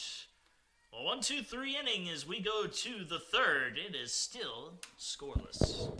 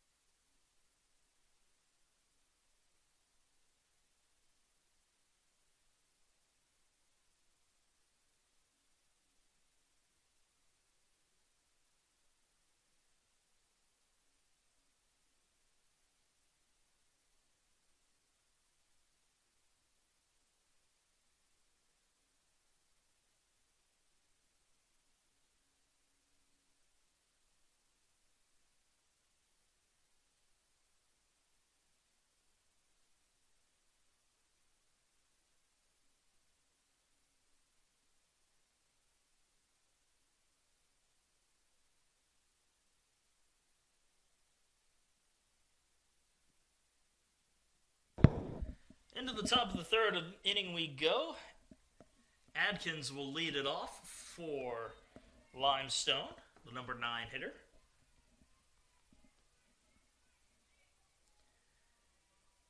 One 0 pitch on its way.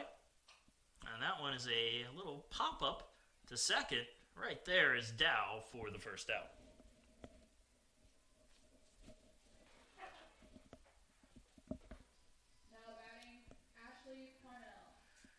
Back to the top of the order with Parnell. Nobody on and one out here in the third.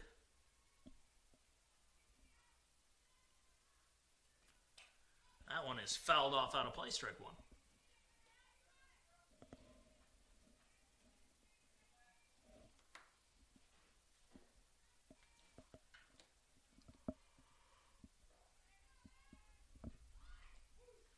In there for a strike. As he had the infield charging in. And the count at 1-2.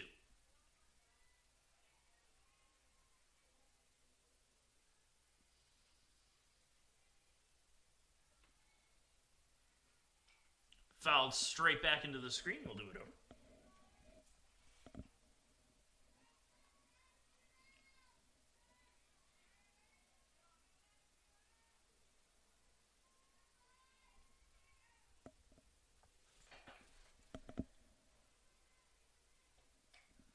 Fouled off again. Another pitch spoiled by Parnell.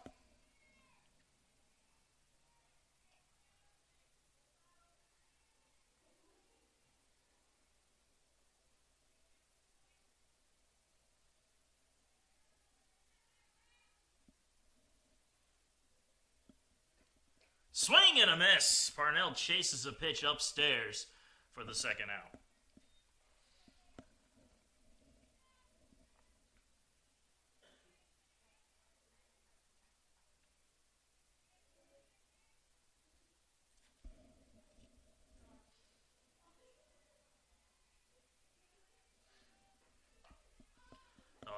High fly ball into center field for Wilbur. Holly Dahm is there to make the catch for the third and final out, and that will do it. A 1-2-3 top of the third into the home half. Pacers coming to bat.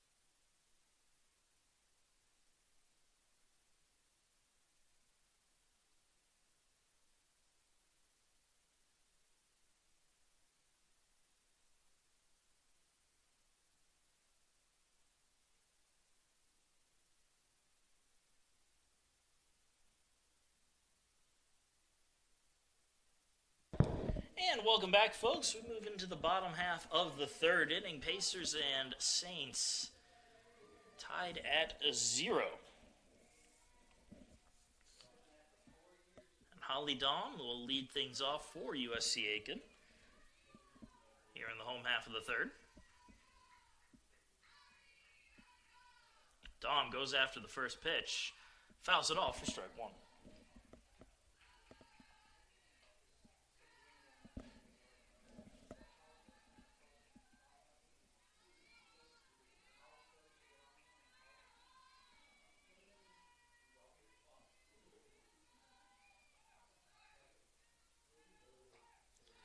Pitch is upstairs, and it's 1-1.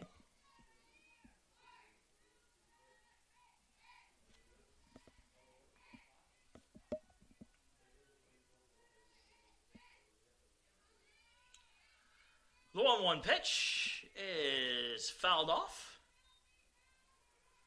and it's 1-2.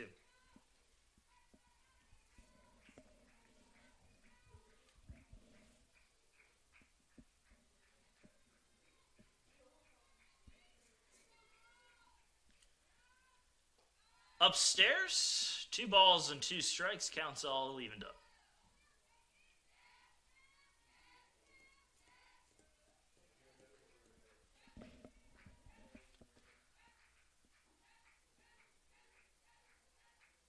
Swing and a miss. Dom strikes out for the first out.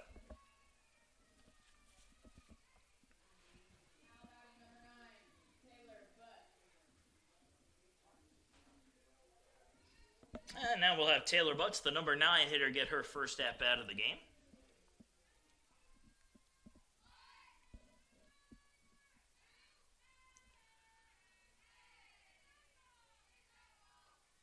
Pitch is low and away for a ball.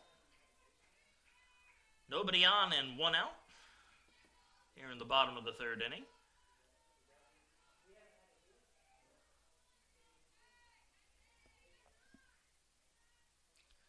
Fouled off, 1-1.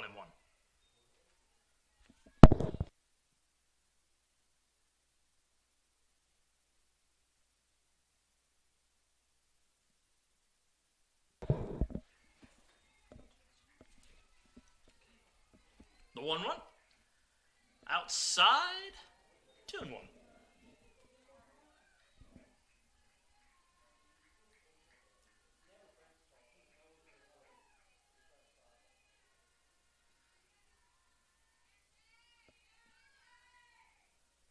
The 2-1 pitch misses inside. 3 balls and 1 strike to the Pacer third baseman.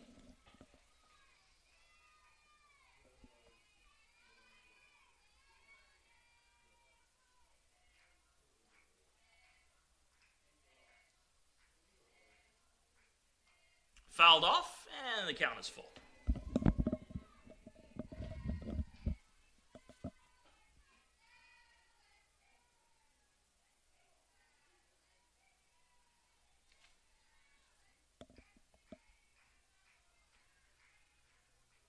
And the payoff pitch, outside, ball 4, and it's a 1-out walk for Taylor Butts. Give the Pacers their second base runner of the game. And we're back to the top of the order with the designated player, Lauren Wexler.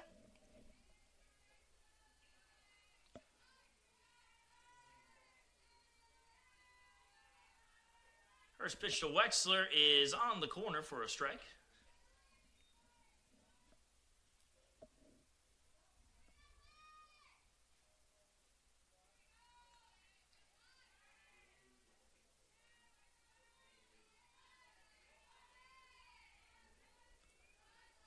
The 0-1. Well outside. That was a pitch out. Snap throw to first. Will not be in time. Taylor Butts able to get back under the tag.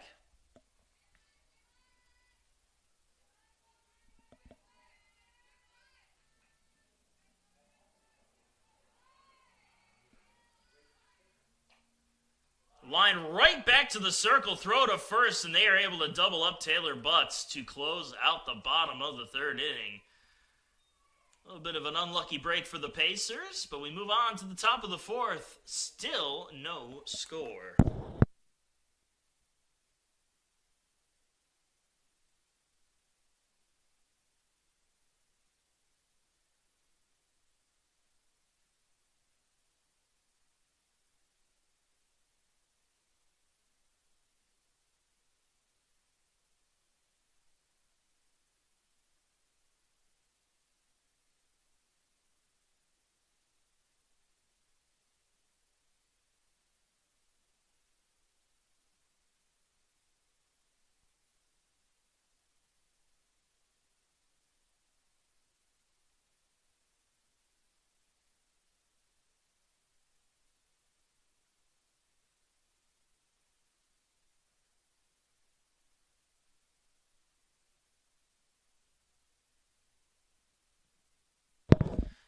As we move on to the top of the 4th inning, Madison Chapel will lead it off for Limestone.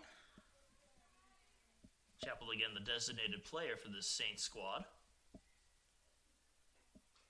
First pitch, fouled off, strike 1.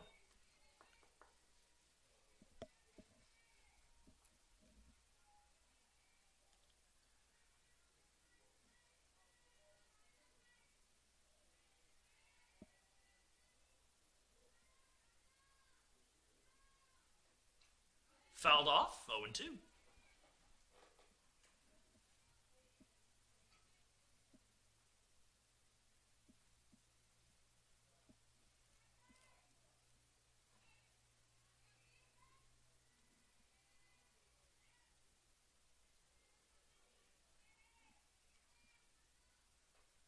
Upstairs, 1-2.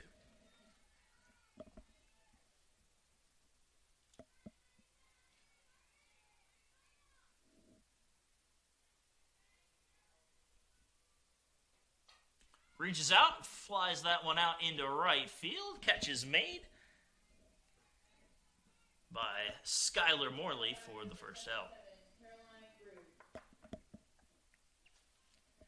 Caroline Ruth, the pitcher, stepping up to the plate now, one away.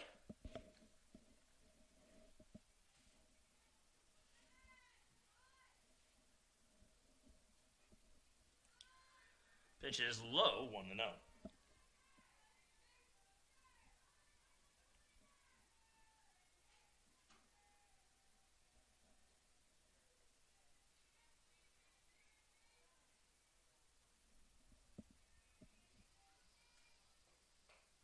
Pitches upstairs, check swing, appeal to first, says she did not go. Oh, the count now 2-0.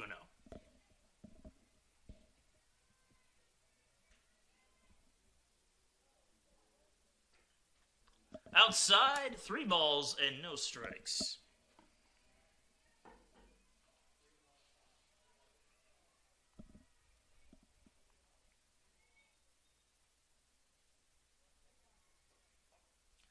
Outside, ball 4 and a free pass.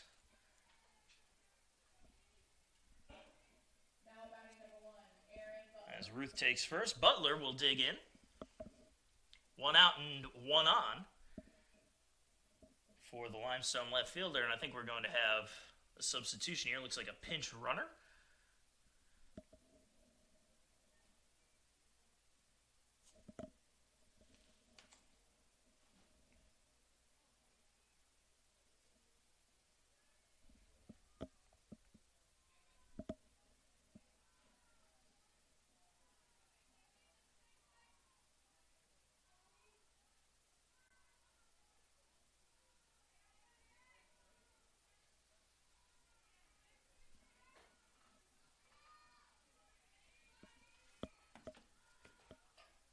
This one is lofted out into the gap in right center field. That'll drop in for a base hit. Dom fires it on in. So the pinch runner for Ruth moves over to third base as Butler will settle for a single, and that will bring up the third baseman in Lee with runners on the corners and only 1 out. Looks like Coach Poole's going to come on out to have a little meeting in the circle. We'll take a short break. Be right back.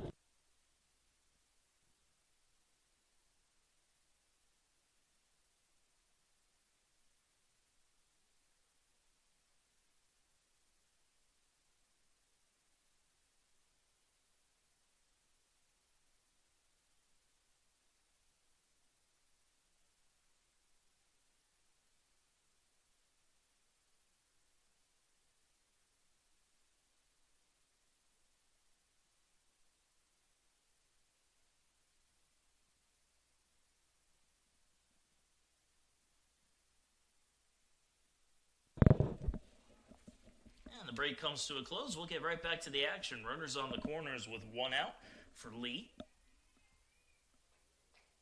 Pitch in there for a strike, 0-1.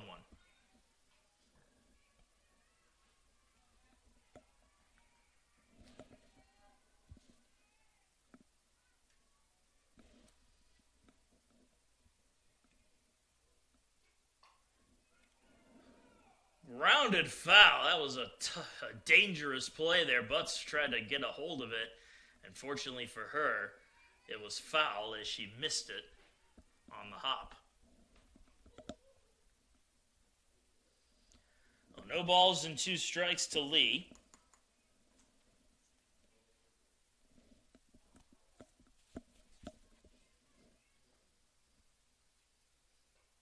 And the 0-2 is fouled off. We'll do it over.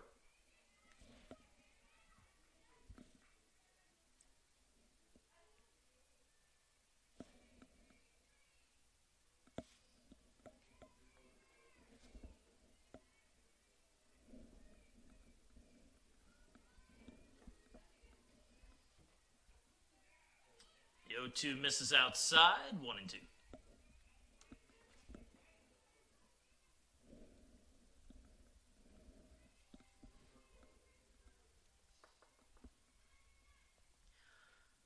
Off-speed pitch misses upstairs. Runner goes. They're going to throw to second to see if they can catch the runner coming home, and everybody will be safe. Now runners on second and third for Limestone with a 2-2 count at the plate.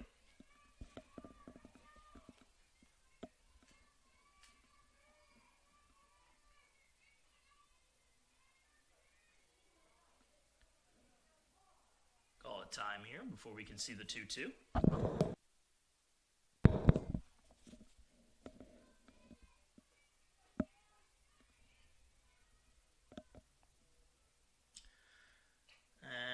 The pitch is grounded to short. They're going to come home with this one, and they get her at the plate.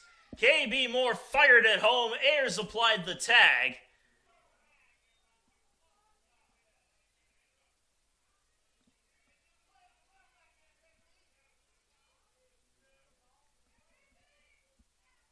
Immediately, Limestone's coach, A.B. Yates, comes out to argue the call. The umpire is sticking to his guns. As KB Moore heads up play, didn't even hesitate to throw home, and she put it right on the mark, and Ayers with the sweeping tag. Makes it 2 outs, 2 on, and still a scoreless ball game. Now the second Ruth comes up to the plate. Fouls off the first pitch for strike 1. That'll count 0-1 on Natalie Ruth. Runners on first and second for Limestone still with 2 down.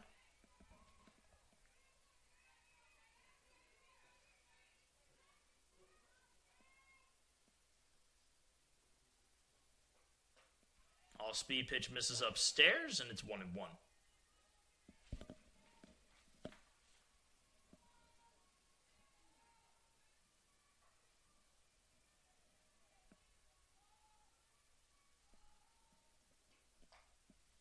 Line foul, and it's 1-2.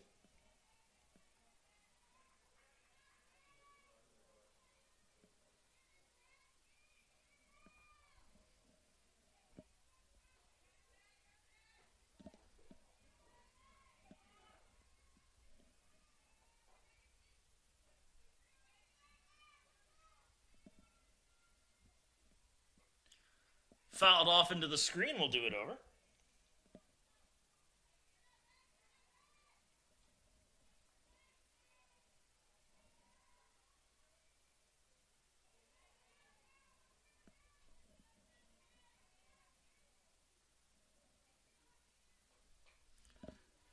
Another foul ball. Good battle at the plate here by Natalie Ruth.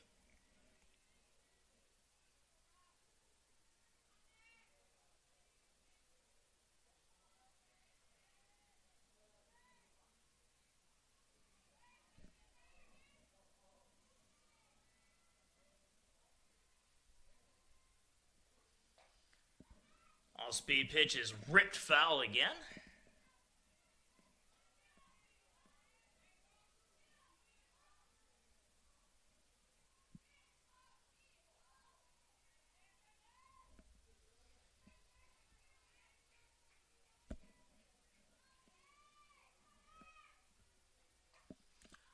Hit the other way, and that one's just going to hook foul.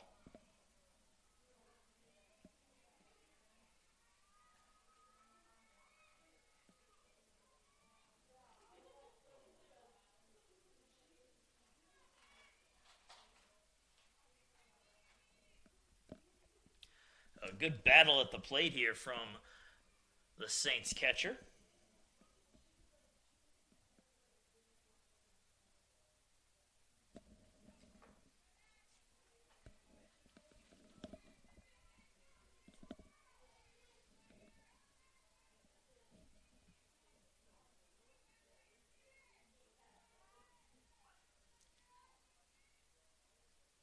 And again, the 1-2 outside. Snap throw to first. Not in time.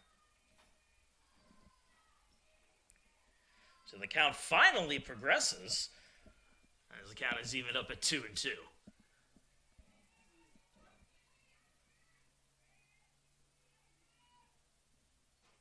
Swing and a miss. Baker wins the battle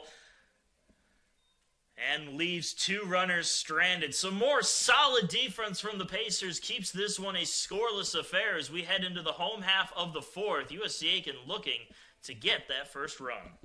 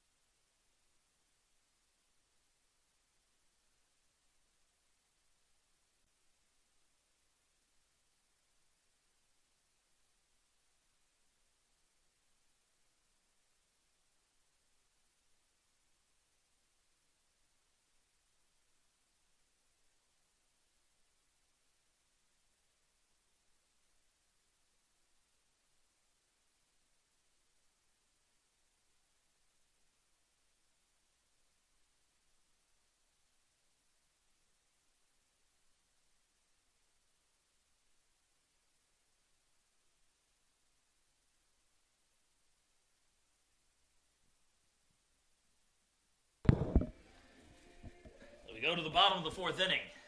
It is still 0-0. Pacers are also searching for their first hit here in game number 2 as Brianna Dow will lead things off.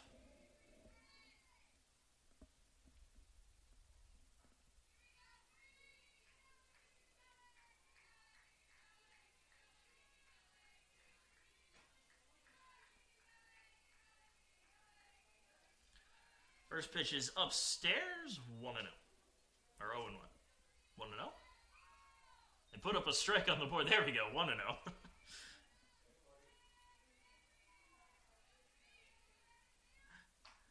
Dow rips into that one, and it's a fair ball down the left field line. Dow turning for second. She will make it in there with a stand-up leadoff double. Boy, Brianna Dow put that one right along the chalk out in left field. And now Emily Ayers will come up with a runner on second. And nobody out. And it looks like we're going to have a pinch runner for Dow. And I think it's Courtney Leisner coming in. And indeed it is, number 16. See what the approach is for Coach Jacqueline Poole and the rest of this squad.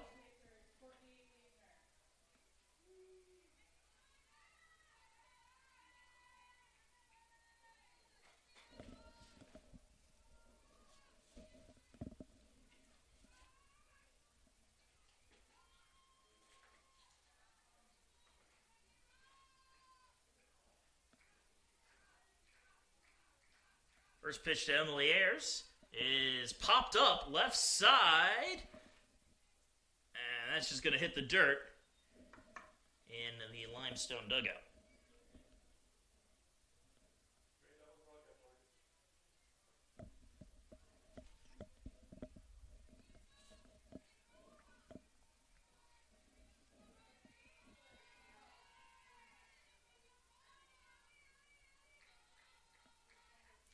The 0-1. Low and inside, 1-1.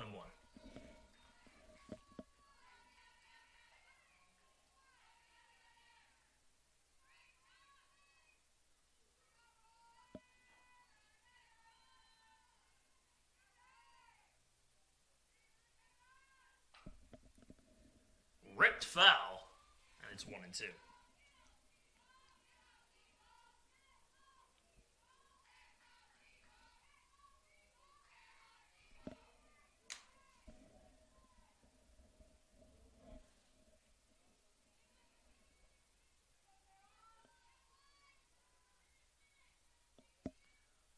The 1-2. A little off speed pitch, and Ayers catches a piece of that one and will secure a base hit into left field. Almost a half-hearted swing at that one. Like she wasn't sure she wanted to go, but In the end, I'm sure she's very happy with the end result. A base hit puts runners on the corners for KB Moore.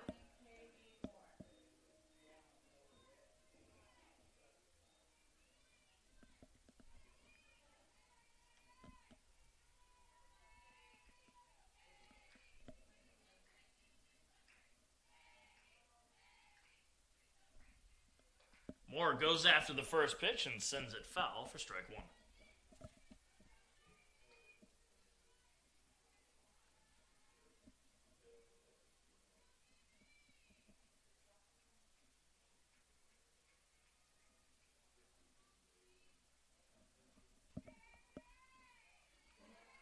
The 0-1 lays down a bunt. They're going to come home with the play, and that play is well ahead of the runner. As the suicide squeeze, or sack squeeze, I should say, not a suicide squeeze, doesn't pay off. Now batting, Jenna DeWalt.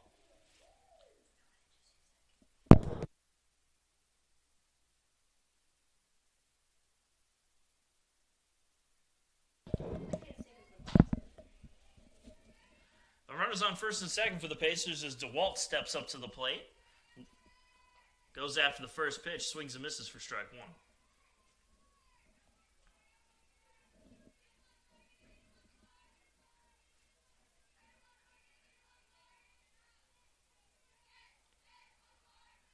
The 0-1, swing and a miss, 0-2.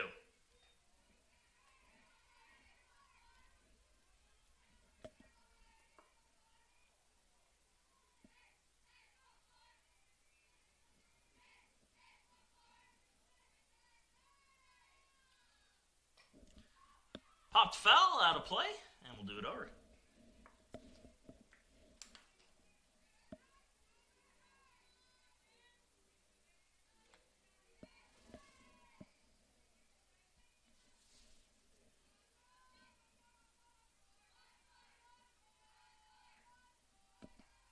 Pitch is outside, and it's 1-2.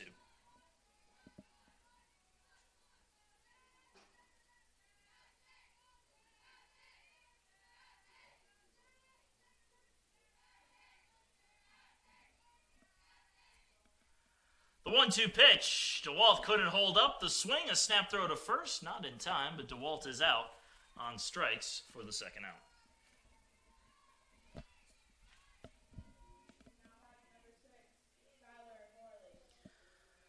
I'll bring Skylar Morley to the plate. Runners still on first and second for the Pacers now with 2 outs.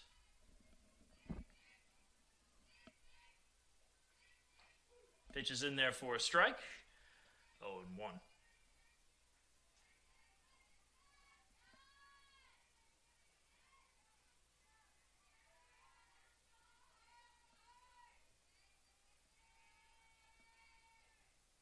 Swing and a miss. 0-2, another snap throw to the bag, and once again, not in time as Moore gets back under it.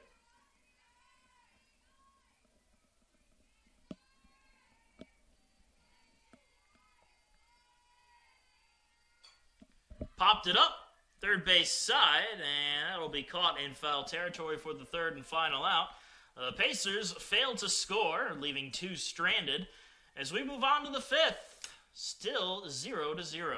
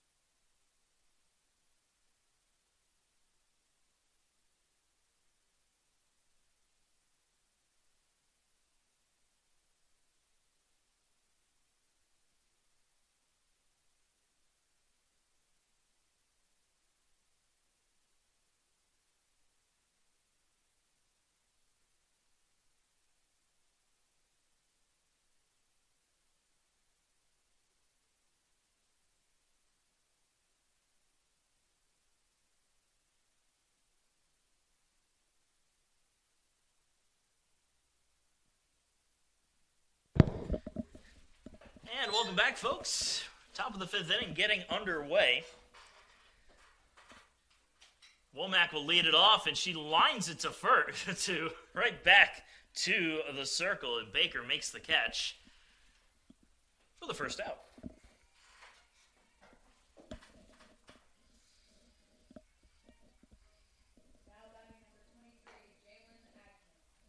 So Jalen Atkins digging in with one out and nobody on. And she goes after the first pitch, pops it up foul territory, third base side, and there's Taylor Butts to make the catch for the second out.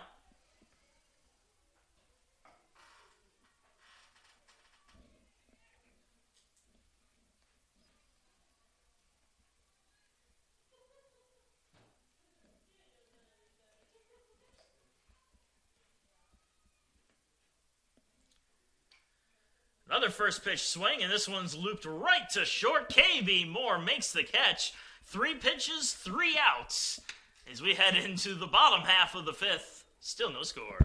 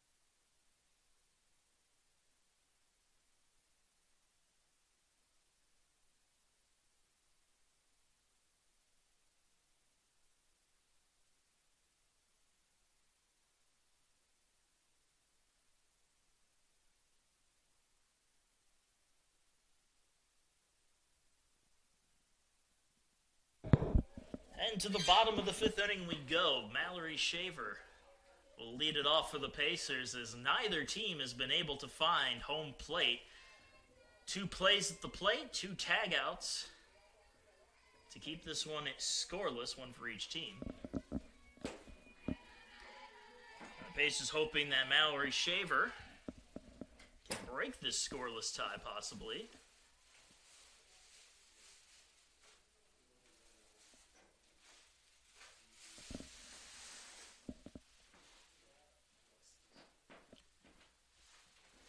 Looks like we might have a new right fielder for Limestone.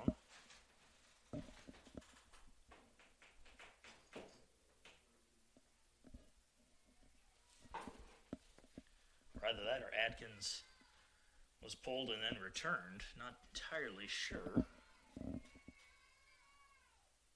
First pitch to Shaver is upstairs for a ball. 1-0.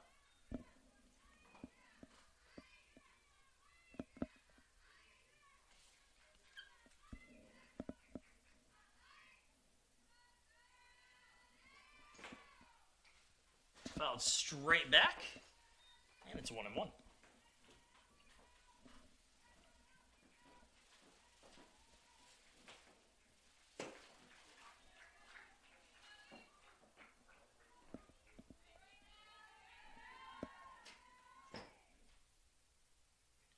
Off-speed pitch finds the zone, moves it to 1-2.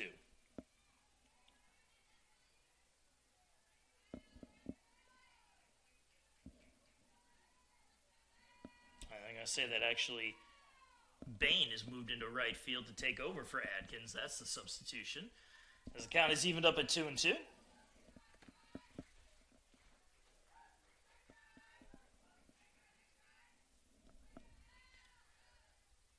2-2 pitch to Shaver. Is grounded up the middle. That'll get into center field for a base hit.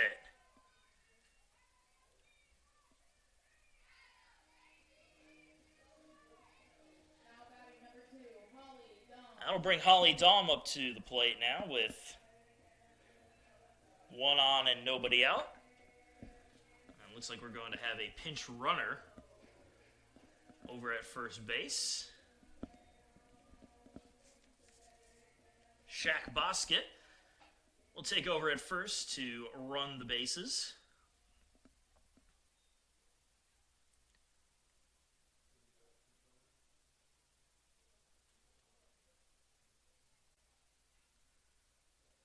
We'll see what the approach is for USC Aiken here. Dom doesn't really have a powerful bat, but she has some speed. She can lay down a good bunch. She might be able to beat it out for an infield single. Infield is playing in. And there's the bunch. Straight back into the screen. Strike one.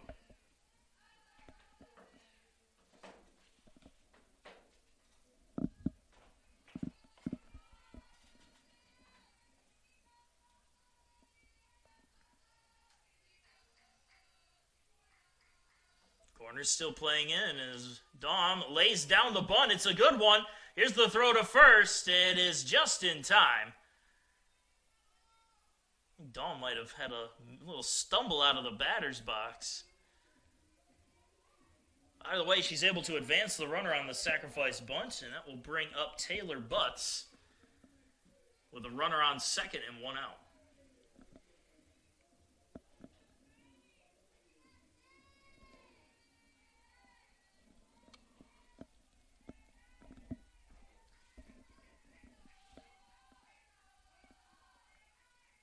First pitch is outside, 1-0.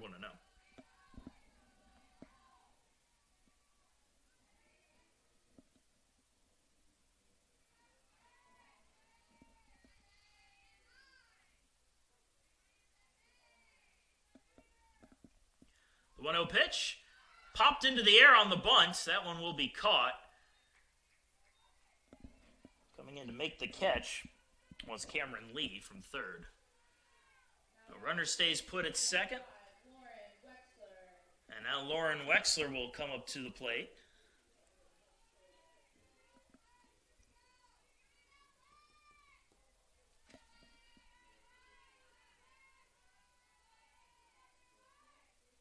Wexler goes after the first pitch, pops it right back to the circle for the third and final out. Well, Pacers will leave a runner stranded as we head to the sixth. Still scoreless.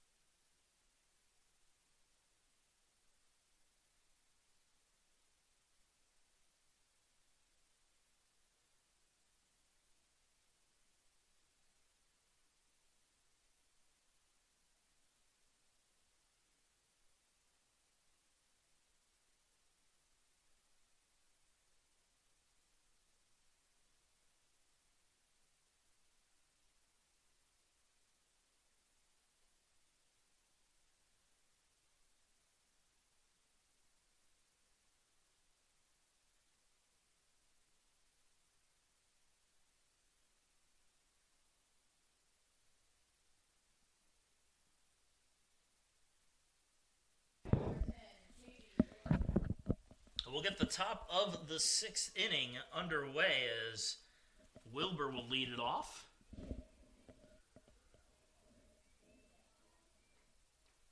First pitch in there for a strike.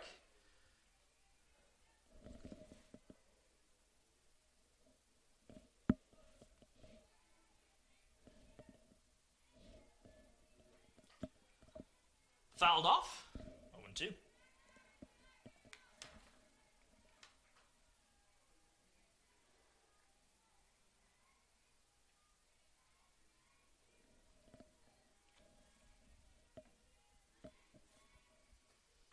Oh, 0-2 pitch right down the middle for strike three. Now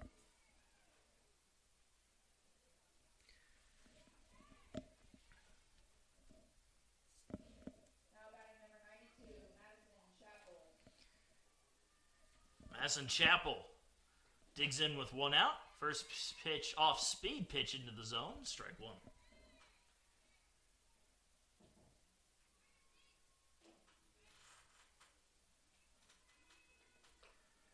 Check swing on a pitch upstairs. The appeal at first says she did not go, and it's even at 1-1.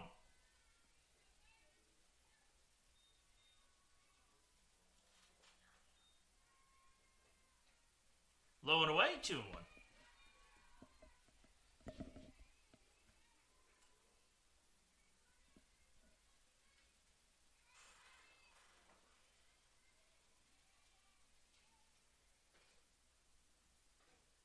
Ball in the dirt, 3-1.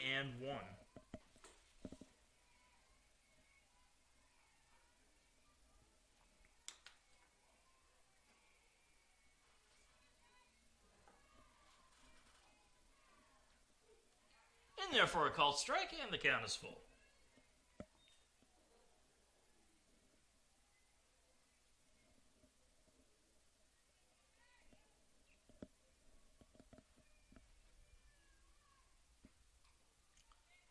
A little foul tip, just enough to stay alive. This count remains at 3-2.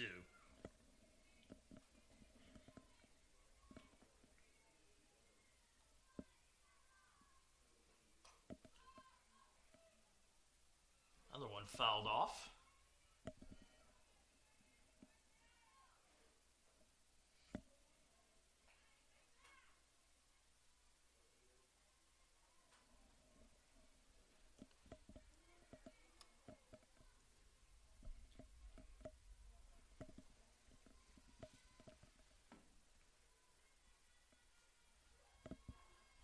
And again, the 3-2 pitch misses low with a changeup.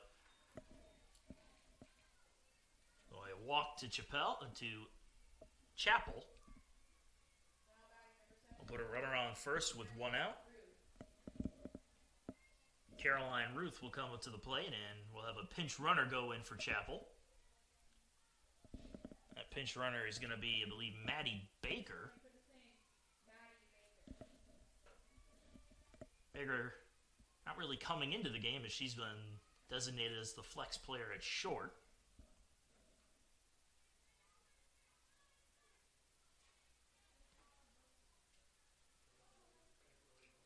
Pitch is fouled off.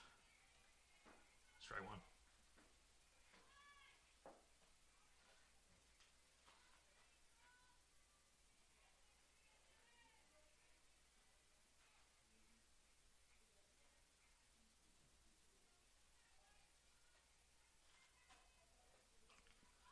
Pop up to first base. Shaver comes over to make the catch. Can't double up. However, as Baker was paying attention, got back to first in time. So 2 outs. Now we'll see Butler come to the plate.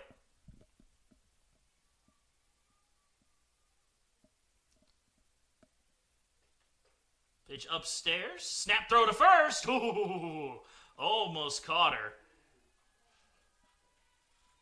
Very close.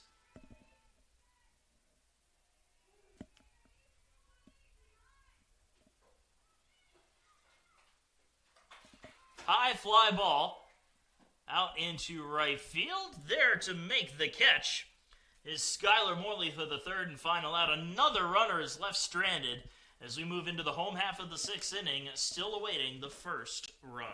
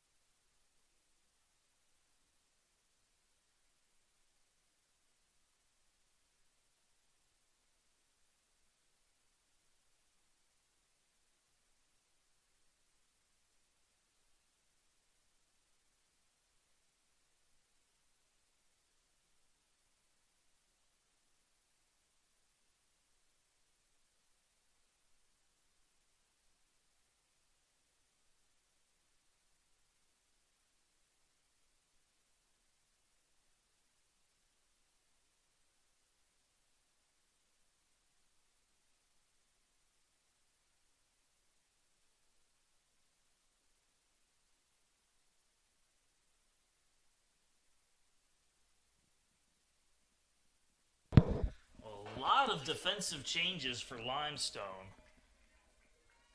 Haley White is the new pitcher for Limestone. Bain has moved from right field to first base. First pitch in to Brianna Dow is in there for a strike. Rest of the changes, couldn't really tell you. But just wait and see as they come up.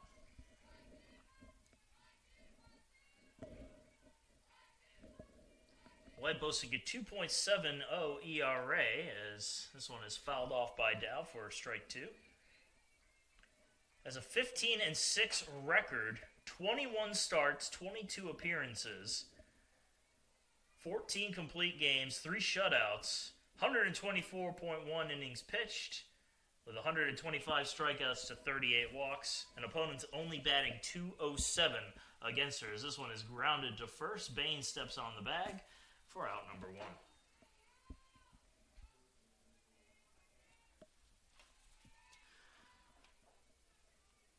So we'll have Emily Ayers come up to the plate now.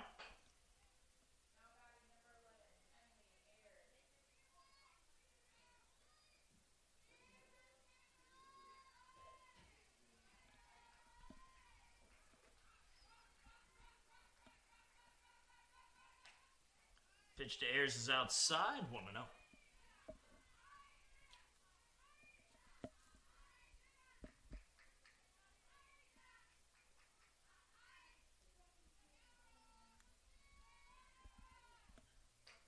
Ayers fouls that one off, 1-1.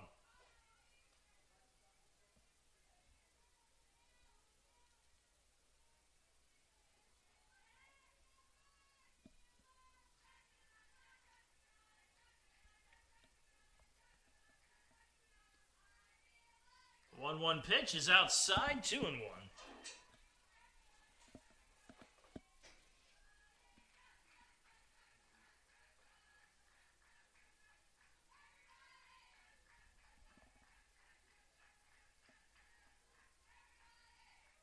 The 2-1 pitch. Outside corner, 2-2.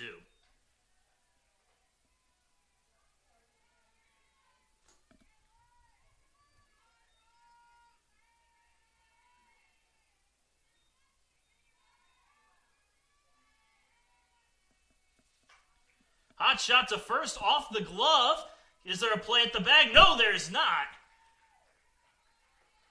Ayers hustles it out.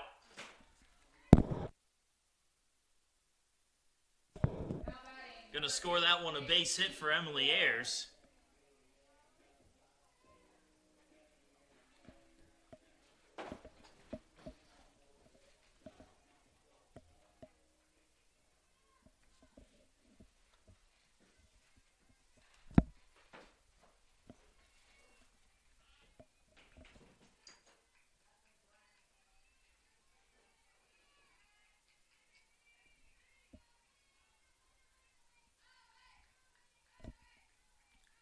KB Moore now steps up to the plate, fouls off the first pitch for strike one.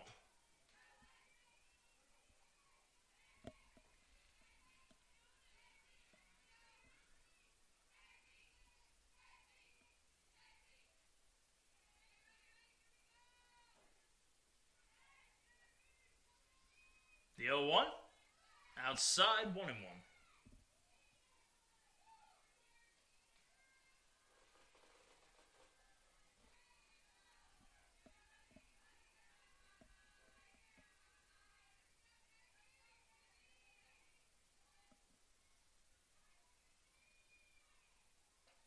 Upstairs, inside corner, and it's 1-2.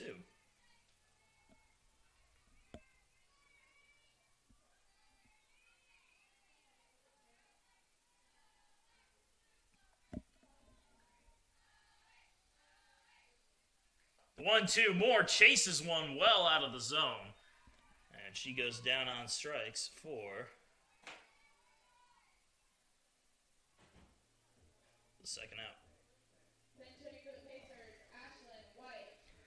Ashlyn White is going to come in to pinch hit for Jenna DeWalt.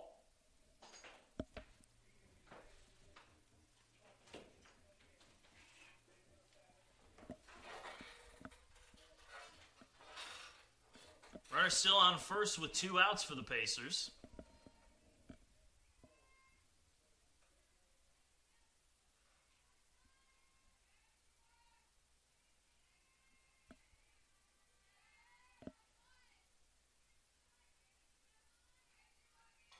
First pitch is fouled off, strike 1.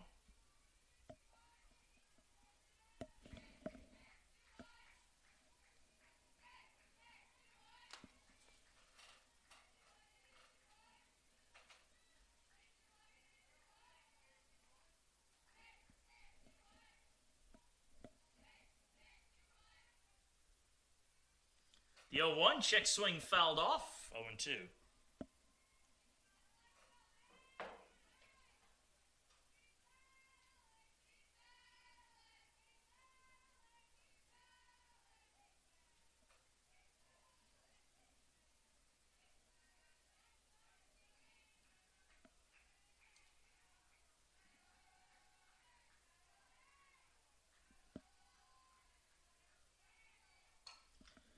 Lofted out into left field. That's going to hook foul. And we'll do it over.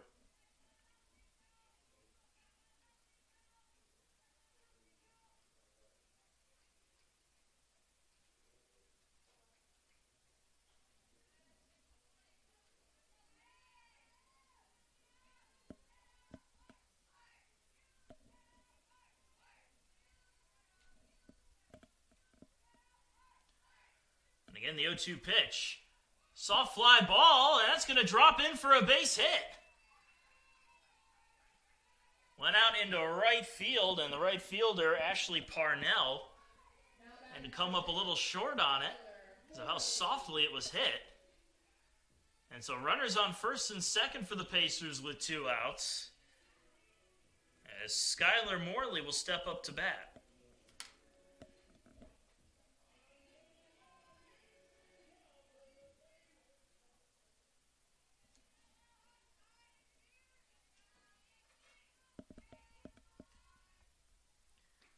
First pitch misses low and away for ball 1.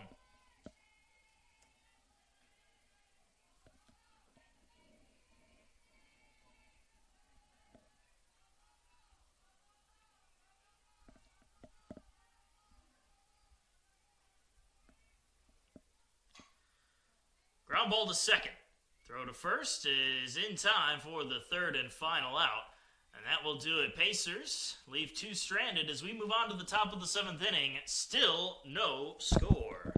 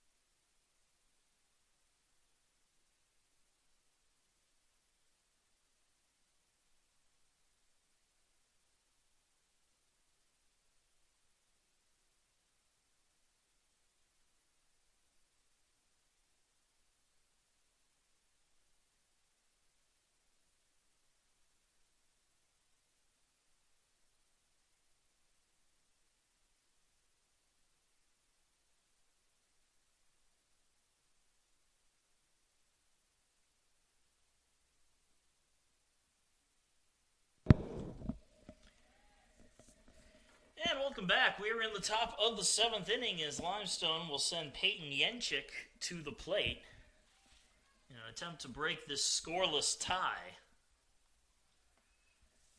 Peyton Baker continuing to deal in the circle as this one is sent to short. Moore plays it on a hop, fires to first, and there's one away.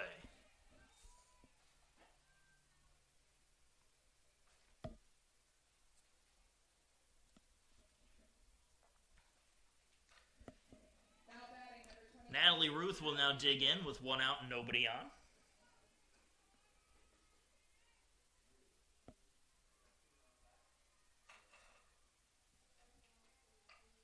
Another ground ball. That one's going to get through and up the middle for a base hit. A 1 out single for Ruth. And bring up Carly Womack with a runner on first and 1 out.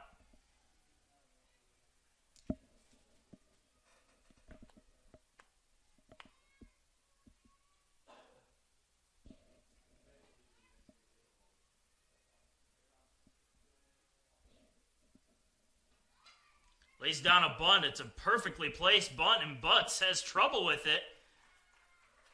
And that's going to be an infield bunt single for Womack.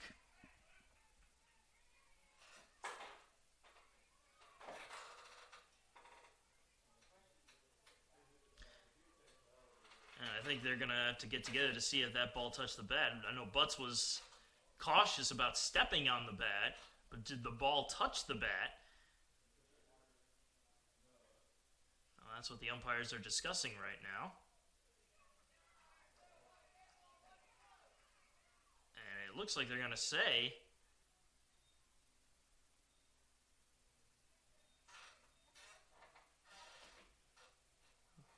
judging by the reaction from head coach Amy Yates,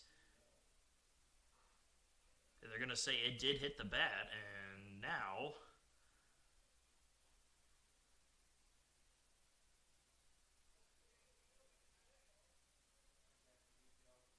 Coach Poole's taking advantage of the opportunity to go over the defensive plan as the umpires continue to discuss.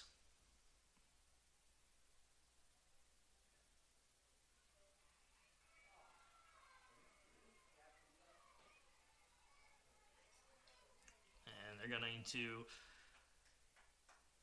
say it did not touch the bat, and now Coach Poole wants an explanation.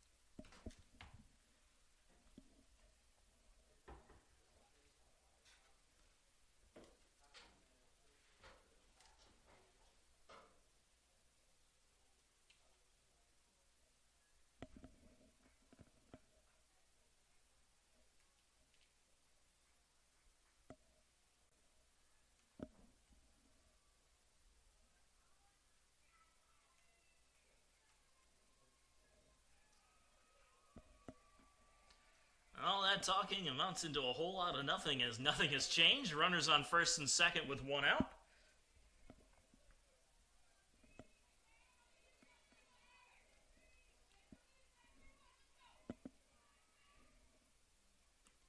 Swing and a miss from Desiree Bain as she goes after the first pitch for strike 1.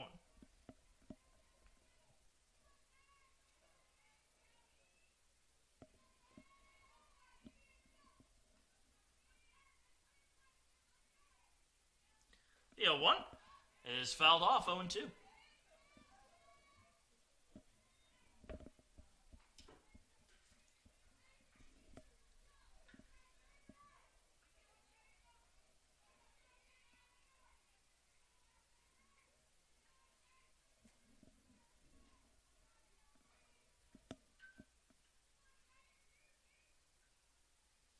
And the 0-2 pitch. Check swing, did she go?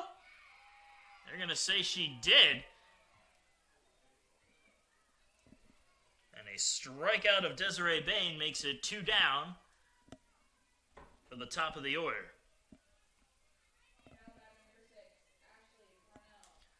Parnell, who started out in the game at first base, moved out to right field, will now dig in with 2 on and 2 out.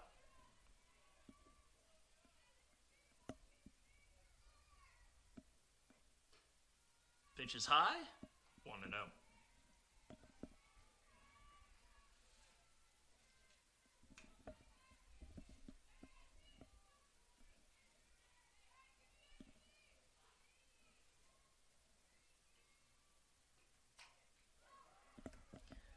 This one out into the gap in left center field. That'll drop in for a base hit. 1 run will score. They'll hold the next runner at third. It is an RBI double for Limestone's Parnell as the Saints take a 1-0 lead here in the top of the 7th. Now batting number 10, Katie Wilbur. Now the scoreless tie is finally broken as Wilbur will dig in with 2 on. Second and third with 2 out.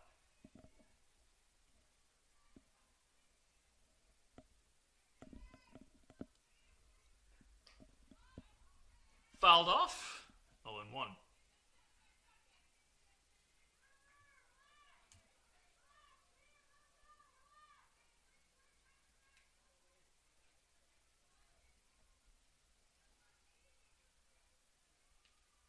The 0-1. Fouled off again, 0-2.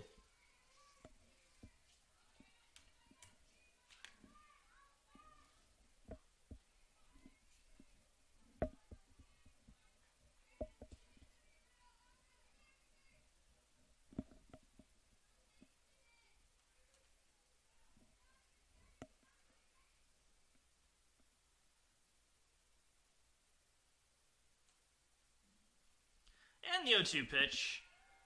Fly ball into center field. Dom coming over. Can't make the catch as it goes to the wall. That will clear the bases. And it is a 2 RBI double for Wilbur as Limestone's added a little bit of insurance here in the top of the 7th. Now batting number 92, Madison Chappell. Madison Chappell will not step up to the plate. Looks like we're going to have a pinch hitter come in.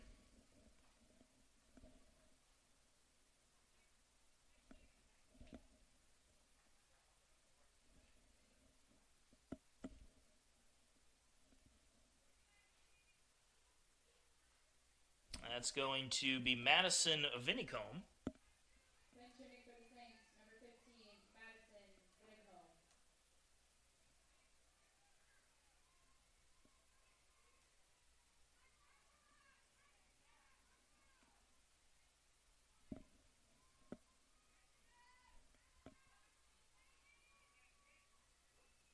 Swing and a miss on the first pitch, strike 1.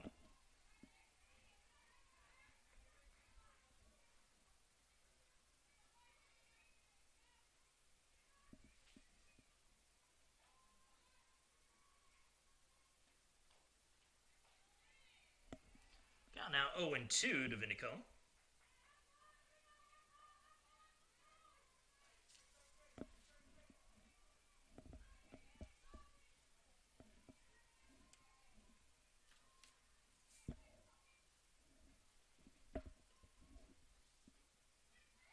Pitch low and away, 1-2.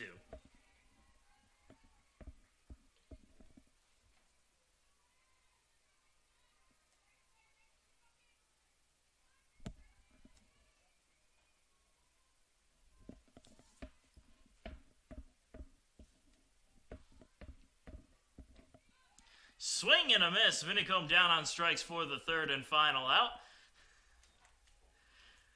And that will do it for the top of the 7th. However, Limestone breaks the scoreless tie. They lead it now 3-0 as we head into the bottom half of the 7th.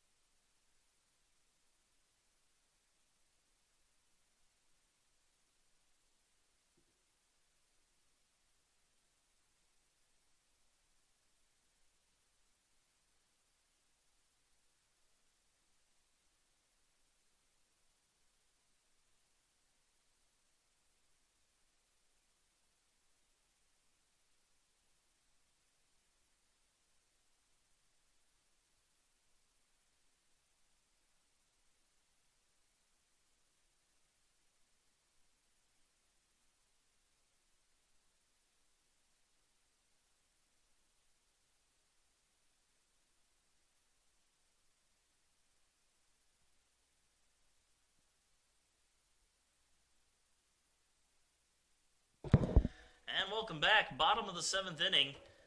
Getting underway. Pacers now find themselves behind 3-0 to Limestone after the 3-run top of the 7th from the visitors. Number 30, Mallory Shaver. Mallory Shaver will lead it off for the Pacers as they try to walk this one off.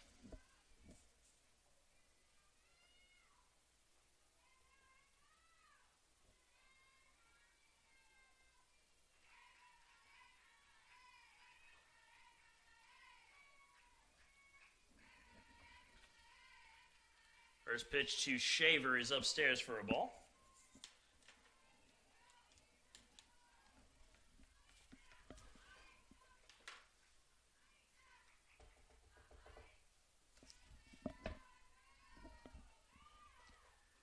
Pitch low and inside, 2-0.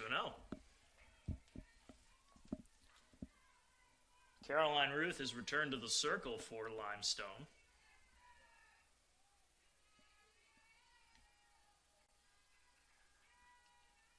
Upstairs, 3-0 to Shaver.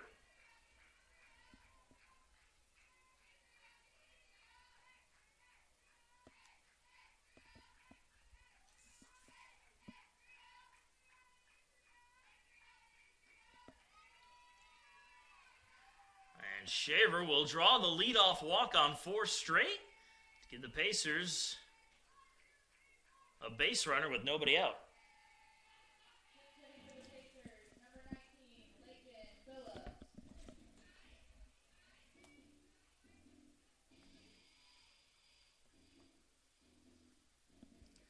Aiken Phillips steps up to the plate, coming into pinch hit. Pitch is outside for ball 1. Phillips, who got the win as the starting pitcher in game number 1, hoping to carry that momentum over. She's only had 8 at-bats prior to this, 1 for 8, as this pitch hits the inside corner for a call strike, 1-1. Her one hit, however, was a double.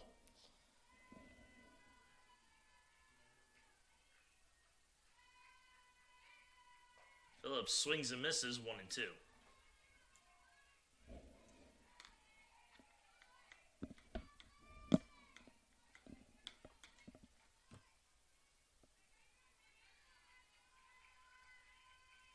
The 1-2 pitch, upstairs, 2-2.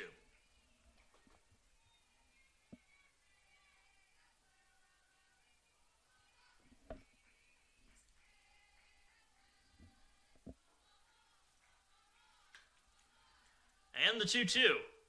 Fouled off, will do it over.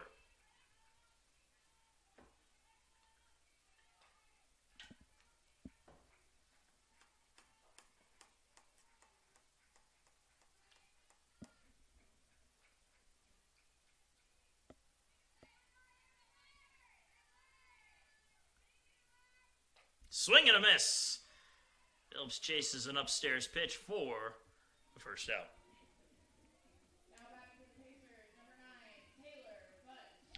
That will bring up Taylor Butts now. Runner on first with 1 out.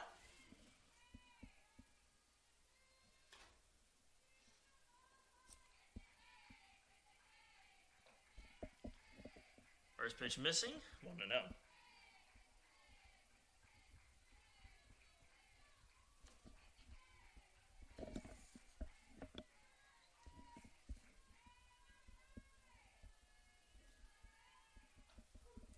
In there for a strike.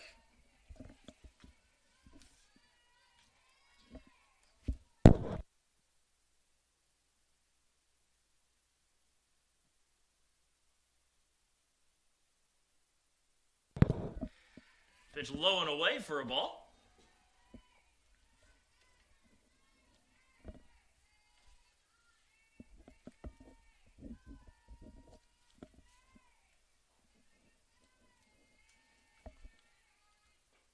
Inside. Another ball to Taylor Butts.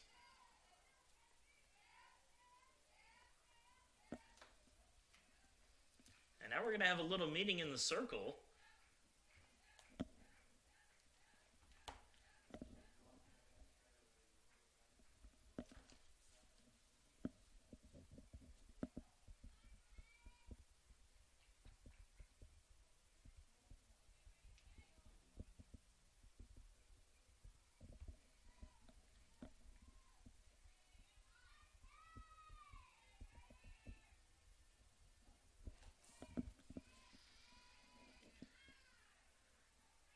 After the little meeting comes to a close, we'll get right back to it as this pitch is low and inside for ball 4 to Taylor Butts. Another walk, and the Pacers suddenly have runners on first and second with only one out. That'll bring us to the top of the order with Lauren Wexler.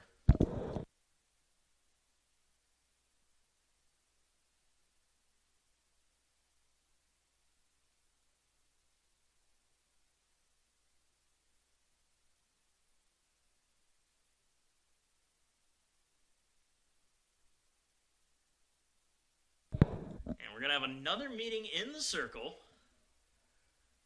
Runners on first and second for the Pacers as the top of the order comes up, and Coach Amy Yates wants to have a word with her team. Trying not to blow this one. While they have their meeting, we'll take another short break.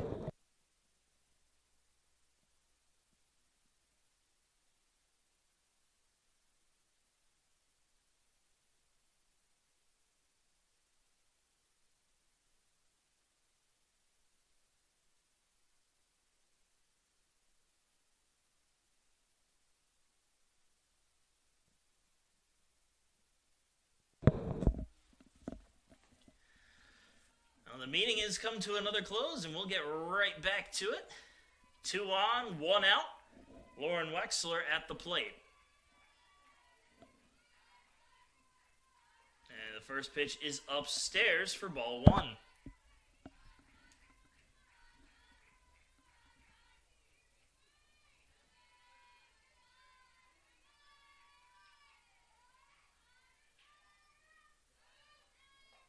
In there for a strike, 1-1.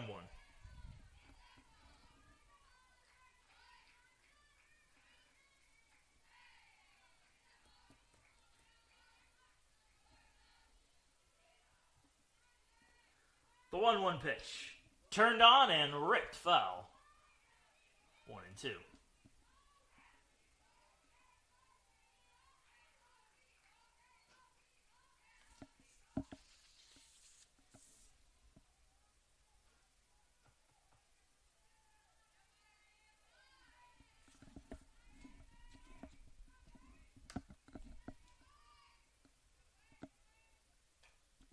Fouled off behind the plate.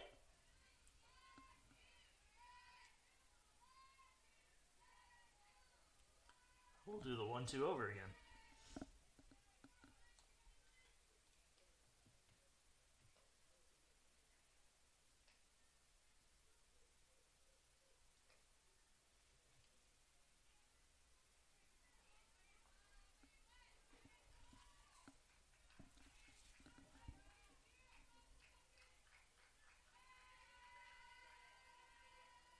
Pitch is outside, 2-2.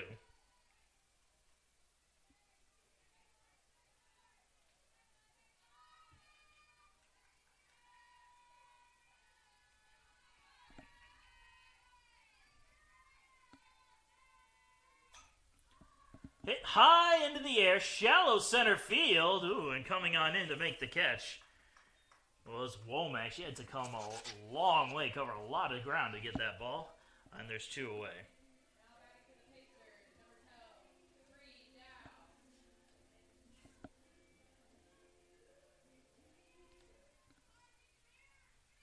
So Brianna Dow represents the last chance for the Pacers. Runners on first and second.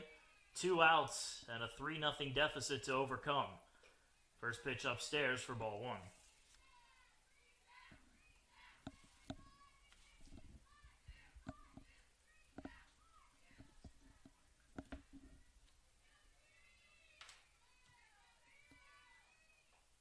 In there for a strike.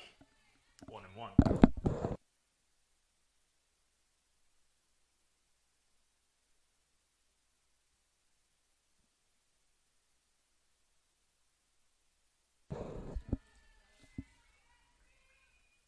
The 1-1 pitch. Upstairs, 2-1.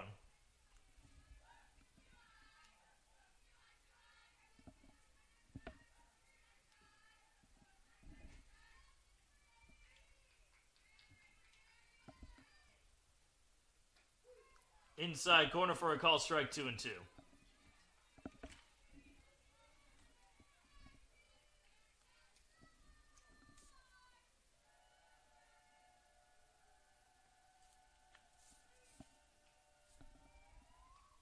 fouled off, and they'll do it over.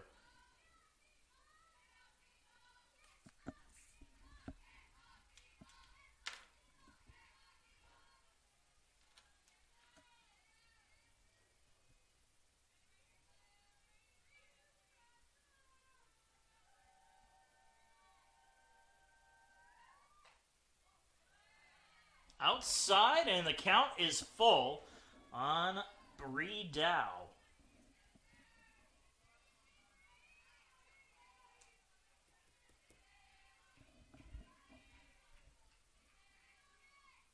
Swing and a miss. Oh no, she just caught a piece of it.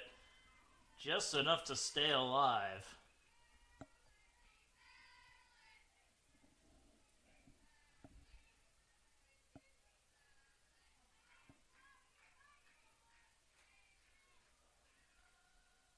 Upstairs, ball 4, and the bases are now loaded for Emily Ayers.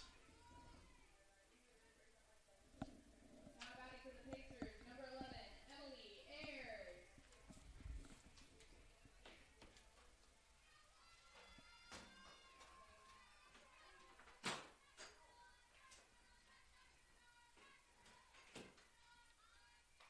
Ayers goes after the first pitch and rips it foul for strike 1.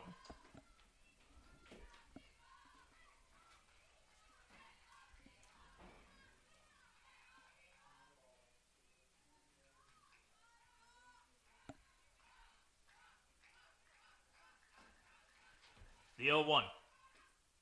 Low and away, 1-1. More sitting on deck if Ayers can get on base.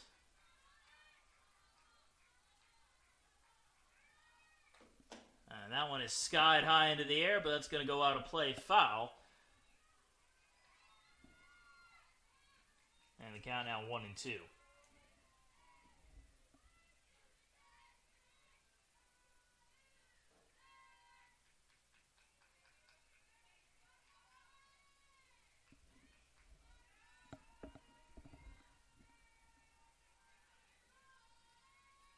One-two pitch.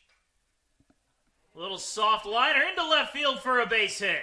1 run will score, and the Pacers are within 2 now on the RBI knock from Emily Ayers. And now KB Moore will dig in with the winning run on first base.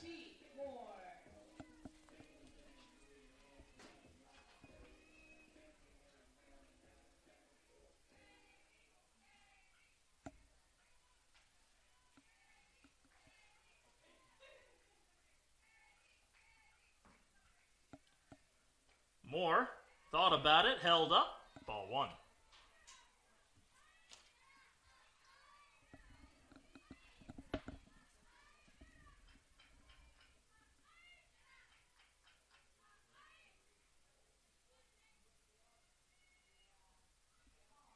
A little meeting in the circle between pitcher and catcher, trying to get on the same page. Not a lot of margin for error with the bases loaded.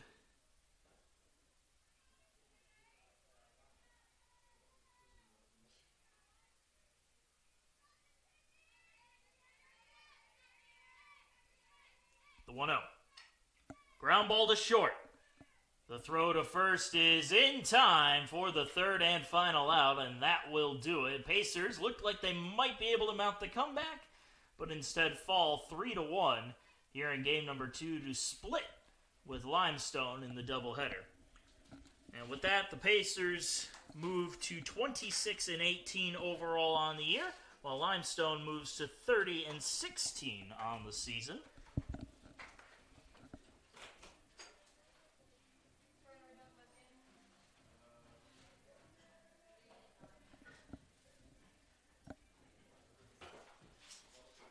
Give you a preview of what's to come in just a moment. As soon as the schedule wants to pull itself back up, it's deciding to go very slow.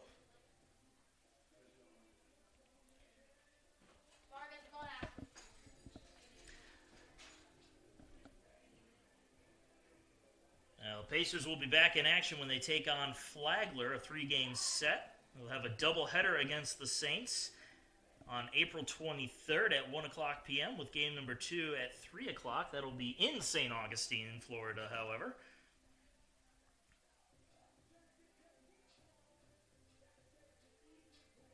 And then they return home on April 30th when they take on Columbus State. That'll be a doubleheader at 2 o'clock p.m.